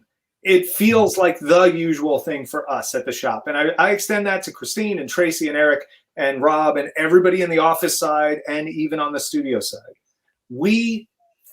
It's not an exaggeration to say we specifically think about the specific people we're making these things for as we make them. Like those Tauntauns, we had a little sticker on the back of each while we were working pinned on with the name of the customer that each one is getting. And, so I can think like, oh, I had a conversation with so-and-so. He kind of wants more snow. So when we do the snow on this one, let's go a little heavier with it. Or, just keeping that element in mind. I don't know. There's something to me where we're working on custom things like that I want to know. I want to anticipate them getting it. I want them to love it, and I can't wait. I'm so excited to get them into people's hands. And we should actually, hopefully, we'll start seeing some people getting those. I know one of them shipped out last week, and so it's one of the Rogue 1/6 guys. So I would assume someone's gonna, we'll see some pictures. The whole thing for us though is we're treating people the way we want to be treated. We are giving the best options that we possibly can in every case. And where that's not the best for the customer, we're flexing and giving refund options too. And, we're very lucky. This is a handful of people that this particular thing even affected. That, I'm happy about that element. I'm happy it's not a huge issue. I know it looked bigger, and I hope people have so apparently the word is out on who got the tauntaun, so we'll keep an eye out. I hope people understand that element of it too, that sometimes the squeaky wheel gets the oil. Sometimes things seem like a bigger deal than they are. I don't want to minimize it. I felt worse for the people that are affected by it when this became a dust up than I did for us. I got my big boy pants on. I own a business. It's a very small business. It is very personal to me, but I understand that comes with certain people that either don't like our prices, don't like our policies, don't collect our stuff because they like other stuff better. That's fine. We have a lot of people who love what we do and who are part of our family now that can be a part of these special runs that we're doing. And I don't say that with any like cheesiness or salesiness to it. I feel like when we do 83 of something, that's special. That's, something 10 years from now, people are going to go, oh my God, you got one of those? I didn't even know, they ever even got delivered. You get these things where you hear these mythical runs that are 100 pieces of something. And, decades later, you find 2 of them. 15 on the signature CZ, right? Mm-hmm. I mean, and I got number 1. There you go, Michael too. I mean, I got number 1. Yeah, why did he get number 1? You told me. No. That's. I'm just kidding. Don't worry about it. He was quick, is why he got number 1. You know what? It's funny. We were not doing matched sets on the hollow chess 2-packs because the signature set, these big, you can't go to Sideshow and request a number, and this is not to knock Sideshow. It's a different kind of business. But we're small enough that if you order something from us and you want to request a number, we'll give you one request, and as long as the number that you're asking for isn't earlier than when you bought, and it's available, that's where we'll put you on the spreadsheet. And we have a couple of people that hiss for the same number all the time. And there was even one guy who got number 13 on the Chewbaccas, the first run of Chewbaccas. Mm-hmm. He bought it at Star Wars Celebration. Mm-hmm. And he said, if it's possible to get number 13, it's my lucky number. I'd love to get number 13. And I just made a little handwritten note on our cheat sheet. And when we put the thing together, we looked at the time he ordered versus the time orders came in on the website, and he was under number 13.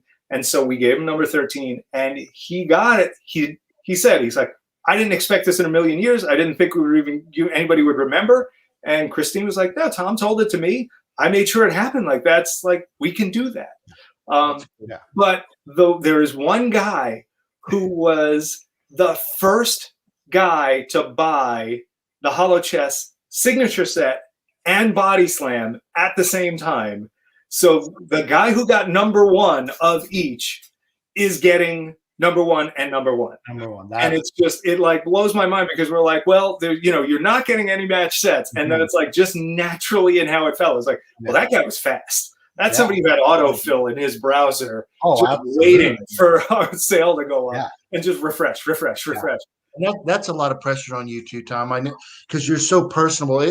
It's kind of like a double-edged sword, right? Because running a business is a bitch. I'm self-owned owner I've always my whole life, and you can't please everyone. And I don't care what business you're in. But you can't. You try and you do try. You try your ass off. But what happens is you're such a likable guy, and you've befriended so many people out there in the community. And sometimes it's hard because you get this pressure on Tom that, hey, this is what I want. You're like, shit, I want to really help you, and I want to help you. Y'all are all asking for the same thing. Yeah. And I want you to know that the majority of us out there understand, understand what it is. Signature set, there's only 77 of those. Yeah. Anybody who got that set, I sold out in 36 minutes. If you got that set, you are lucky to have gotten that. I mean, man, that blew us away. We priced it where we had to price it. There's a lot of considerations that come in on a run like that. That's a lot of pieces. It's a ton of development. It was months and months of work. And we were like, I would have loved to have made that 3,500 or $4,000. That was where I was hoping it would be when we were working on it. And the further we went in the process, we were like, nope, okay, we need to do this. Nope, we're going to need additional mulch for that. This is going to be a challenge. That's that. We want to do this better type packaging. We want to do that. And, then all your royalties and your licensing fees and everything that goes with it. And all of a sudden you're like, well, drat, that now has to be $4,800. Right. And I worried, I was like, are we going to be pricing people out? And it's funny. I thought back to, so there was another company that made 2 of these figures years ago. A company I love. I don't know the current, it used to be X Plus. I think there's a different name for them now, and I apologize for not knowing that. But I absolutely love their stuff. I have all their old Ray Harryhausen stuff from about 20 years ago. Because just, stop motion, Mighty Joe Young, Ray Harryhausen, that's all that Seventh Voyage of Sinbad stuff. They made these beautiful vinyl figures of all of his stuff. And they were the ones that did this run. And they were going to do all of them. And they were going to do them at a couple $100 each or 150 each, whatever it was going to be. And they couldn't. They made 2 of them, and they never made the rest. And it's because the money doesn't work. And, we said, well, if we're going to do it our way, which is a very limited run, with a very special signature plaque, which we've got, all signed ahead of time with Phil Tippett, John Berg, and Dennis Murin, who you just don't even see on product stuff. Let's just make this as special as we can make it, and the price is the price. And we just let the art take us to the price. And that's what happened. And again, the margin is not what you think. I guarantee we are not making the percentage you think we're making on this. But it's, we got it to as low as we possibly could, and we said, let's see what happens. And I was stunned and pleased that it sold out in just a little over a half hour. I was floored by that. I knew it would sell out. I was like, just because the interest that was coming from us showing it off a little at a time in our Facebook videos, it was clear to me that the interest was there. But I was like, this might hang on for a couple of months. This might be one of these ones where we put it out there and a few months later, people are still picking at it. But it's, in case it sold out, we did the timed edition on those 2-packs. Because I was like, all right, if that sells out, at least people can still get one of each of the classic 8 original and New Hope figures in some form in these 2-packs. And we did that timed edition. And now everything, everything's wrapped up. We're actually going through our final numbers to go. It's so cool seeing these things in production. Seeing a table full of the blue Crouchy guy. Phil's guys called him Crouch. Just seeing a table full of that guy, it's one of the coolest things ever. I don't know why. And we actually snapped a pic earlier today that was paintwork starting on Crouch, the little green bulbous guy, hunk, the standalone hunk from the big set, and I think the snake guy, the worm looking guy. No. They all have crazy names, even I don't know.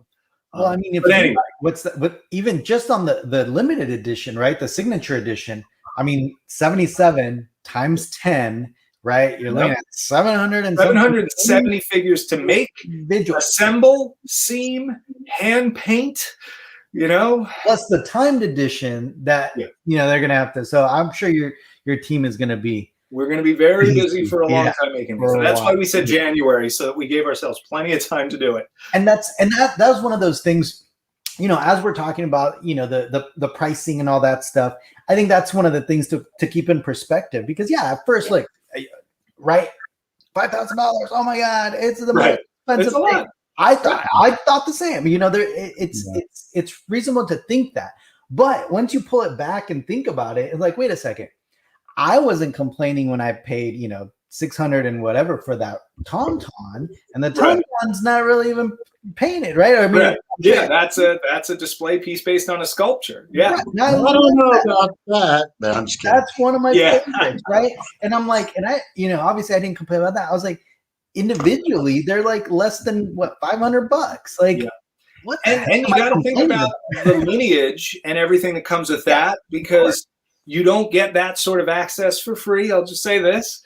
But, we're working from, these were created from the digital files that Phil Tippett's guys created by scanning and photogrammetry the original pieces in almost all cases. There's 2 that they had to work from vintage photos on. But, it's literally those files. This is, here's the way I thought of it.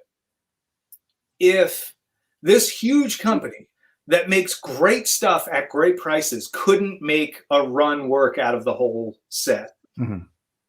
Now we come along, we do it our way, in resin, not vinyl, hand painted, hand assembled, done in small batches, but and at the price point, but with that lineage. And there's hair punching. Don't forget. It's not punching. It's actually sneakily glued on him because he's resin. But same idea. Careful hand laying. Are we going to ever see this set again? Is anybody ever going to do this again the way we just did it? And I think not. I think I'd be really surprised to see another bite at this apple. You're going to see the small ones like the Disney set from the parks. Ours are double the size or more. I actually just saw them down at the parks again, and those are really nice. They're fairly accurate on the sculpt. There's some liberties taken and things like that. The paint is what it is for park level paint. That happens. They've got different margins for sure. But they are a much smaller scale.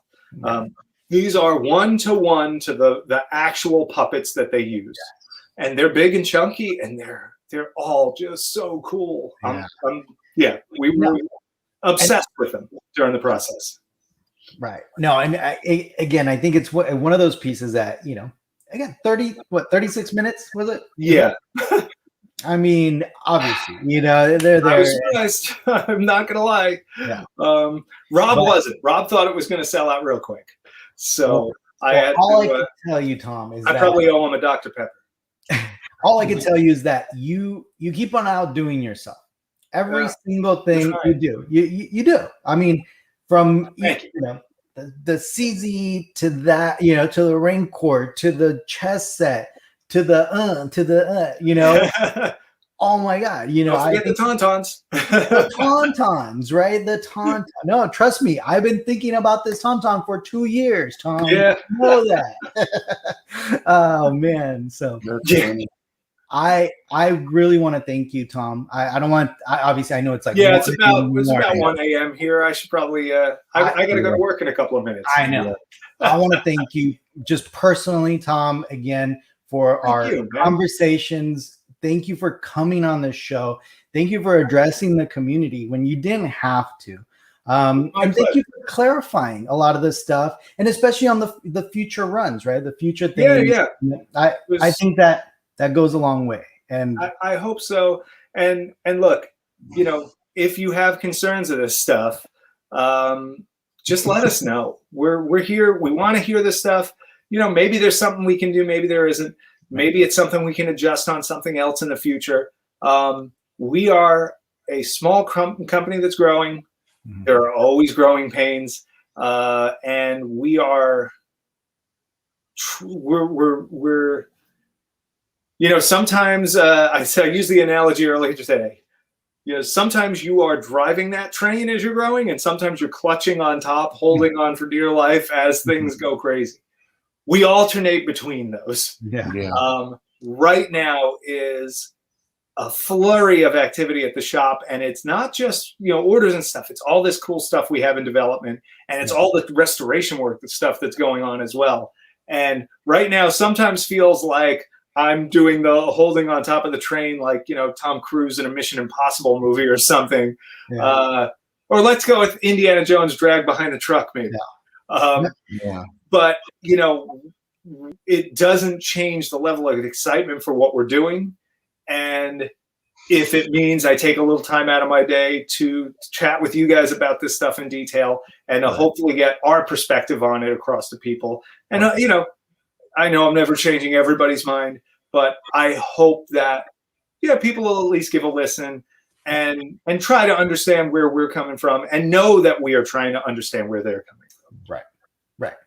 No. And again, thank you so much, Tom. Like I said, and even though you're saying that you feel like, you're hanging on, trust me, we're all hanging on with you because we really do. I appreciate it, man. Everyone's cheering for you. Everyone loves the stuff that you're doing. And trust me, you're not in this alone. I think the community's behind you, and the community wants these things because there's a hunger for them, because we've been craving. We're trying to do the cool stuff, Yeah. We're trying to do the things that aren't just Darth Vader and Stormtrooper and Darth Maul and what. Like, we want to come up with the stuff that makes Star Wars cool to me and give people a chance at that. And do the stuff that we're the only ones that can do the way we do it. Right. And it's going to be just one little thing. Obviously, you guys know that are watching. You guys, if you have an idea, right, Tom has the ability to at least explore it. If there's something in the Star Wars universe that you want to create for your home, Tom is the only company, Regal Robot is the only company that has the ability to do that for you through the proper channels and everything. And that's wonderful. So thank you. I love that. I love that we have that opportunity. And I love I've made actually great friends through that special order process that, where they come in and say, oh, I've always wanted this. And I love working with someone through on something like that, where it's something that probably no one else in the world would even want, but it means something to this person. And we're now making that dream come true. And it sounds cheesy, but it's amazing. And it's a wonderful opportunity that we get to do that. Yeah. And thank you for bringing that up. I don't know. I probably don't talk about the custom thing enough. No. It's something really cool that we get to do. Michael, we gotta let Tom go to bed. Michael, any final thoughts? Yeah. So Tom, you're such a cool ass dude. It's almost annoying. The way you have always carried yourself, bro. The community, everyone that's staying up with you tonight to listen to what you have to say. It's the facts, bro. You're just a super cool ass dude. Thanks. We're lucky. We're fortunate that somebody that has a company that's so talented that does all this custom cool ass shit, you're actually developing to the collectors out there like Gabe and I and everybody that's watching tonight. And it's cool that we're able to collect this stuff. And again, I want you to know personally, Tom, and I know for 99.99% of the viewers that are watching this, we all got your back, and the reason that we got your back is because you've got our back, bro. You know what I mean? And we all know that. I do absolutely appreciate your late night. And this is the part of the show where Michael makes me cry. Yeah, it's a fact. And also, you have my permission and Gabe's permission to take the day off tomorrow. And I was just curious. when you're going to go on your next vacation? Because Right. holy shit, if you don't deserve one now, holy crap. We're gonna have. Last week didn't even count, bro. You know what I mean? I know. But I'm sorry that happened. All this No, whatever. shit happened. I'm sorry that it happened. I don't, you But know. hey, who's to say that all of this that you thought was like the worst thing that could happen in these growing pains could actually be, and I know for a fact, Yeah. Oh no. has helped out this whole thing. This is the restoration artist looking at it and saying, how do we make this better? Yeah. That's what this is. That's how we act at the studio. That's how this will be. That's how anything like this in the future will be. And that's why it's so important that folks just reach out to us. If you have a concern, we're listening. We're here. We will interact with you. You know, it's obviously in this day of social media and all of that, some people like to just immediately go to that. I feel like if I have a problem with a company and I have the company's ear, well, I'm gonna play that out first. And if I'm not, 100% satisfied then, and I want to tell the story, great. But at least I know that I gave these people an opportunity to interact with me. And we do our absolute best to reply to everybody as fast as we can and to make sure that at the end of the day, we do the best we possibly can for everybody in each individual situation. For sure. Yeah, for sure. Well, once again, Tom, thank you again for coming on here and spending your night here. I know, like I said, it's late, so we'll let you get to bed. Fine. I'm a night owl. Yeah. Thank you again. Thanks, Tom. Pete needs a Dr. Pepper now after all the time. I know. I highly recommend the cherry flavor. It's delicious. Go for it. Yeah. Let's give Pete the big thank you for the CZ3, because if it wasn't for Pete, we probably wouldn't have this. CZ3 was one I was trying to get through Lucasfilm. It was high on my list from the start. I even had him in a photo, a montage we did for San Diego Comic-Con, showing off that we were going to be doing busts. And I threw CZ3 in there, even knowing that Lucasfilm was like, what? And it was when Pete came in and said, I'll back it. I will commission it. And I said, great. I want to do a run anyway. And I want to say there's 8 left of the numbered edition at this point. So if anybody's been thinking about CZ3, we had the signature edition of 15 that sold out like in 5 minutes. It was ridiculous. We have the numbered edition that we knew was going to be a longer thing, but we're really getting down to the end of that. And they are, there's, I believe it's definitely it's under 10 at this point, but I want to say it's 8. So if you've been thinking about it, don't hold off. We even extended the payment plan a little bit because I know when we first put the payment plan on there, it was new to us. And so we did 3 payments. Now we've gotten our legs with it. We have a system in place. So now I think we've extended it to 5 payments. So it's like $300 a month. It's nothing. Cool. Gotcha. All right. Well, thank you again, Tom. Thanks for everybody that joined us tonight. And thank you to your amazing artists. By the way, that's the other thing that I wanted to pass that along. Besides, it was great to kind of see them in pictures, know their names, kind of know who they are, because again, they're a major part of this. So if we could, we're not allowed to do it with the license. I actually asked early on, like, can I put a tag on each piece? Like just a little tear off thing that says painted by Melissa, painted by Steve, painted by Pat, just to reinforce that personal connection we have with this stuff. Christine often jokes with people when somebody's talking about the skulls, they're like, oh, it's a machine thing. And she's like, no, it's not a machine. Like, I could tell you the name of the person that just painted it for you. Like, I just always thought that'd be a neat thing. And unfortunately, it's not in the license that we can't do it. But I think that'd be so cool if we could put a little tag on the foot, like a museum tag, Yeah. But maybe someday.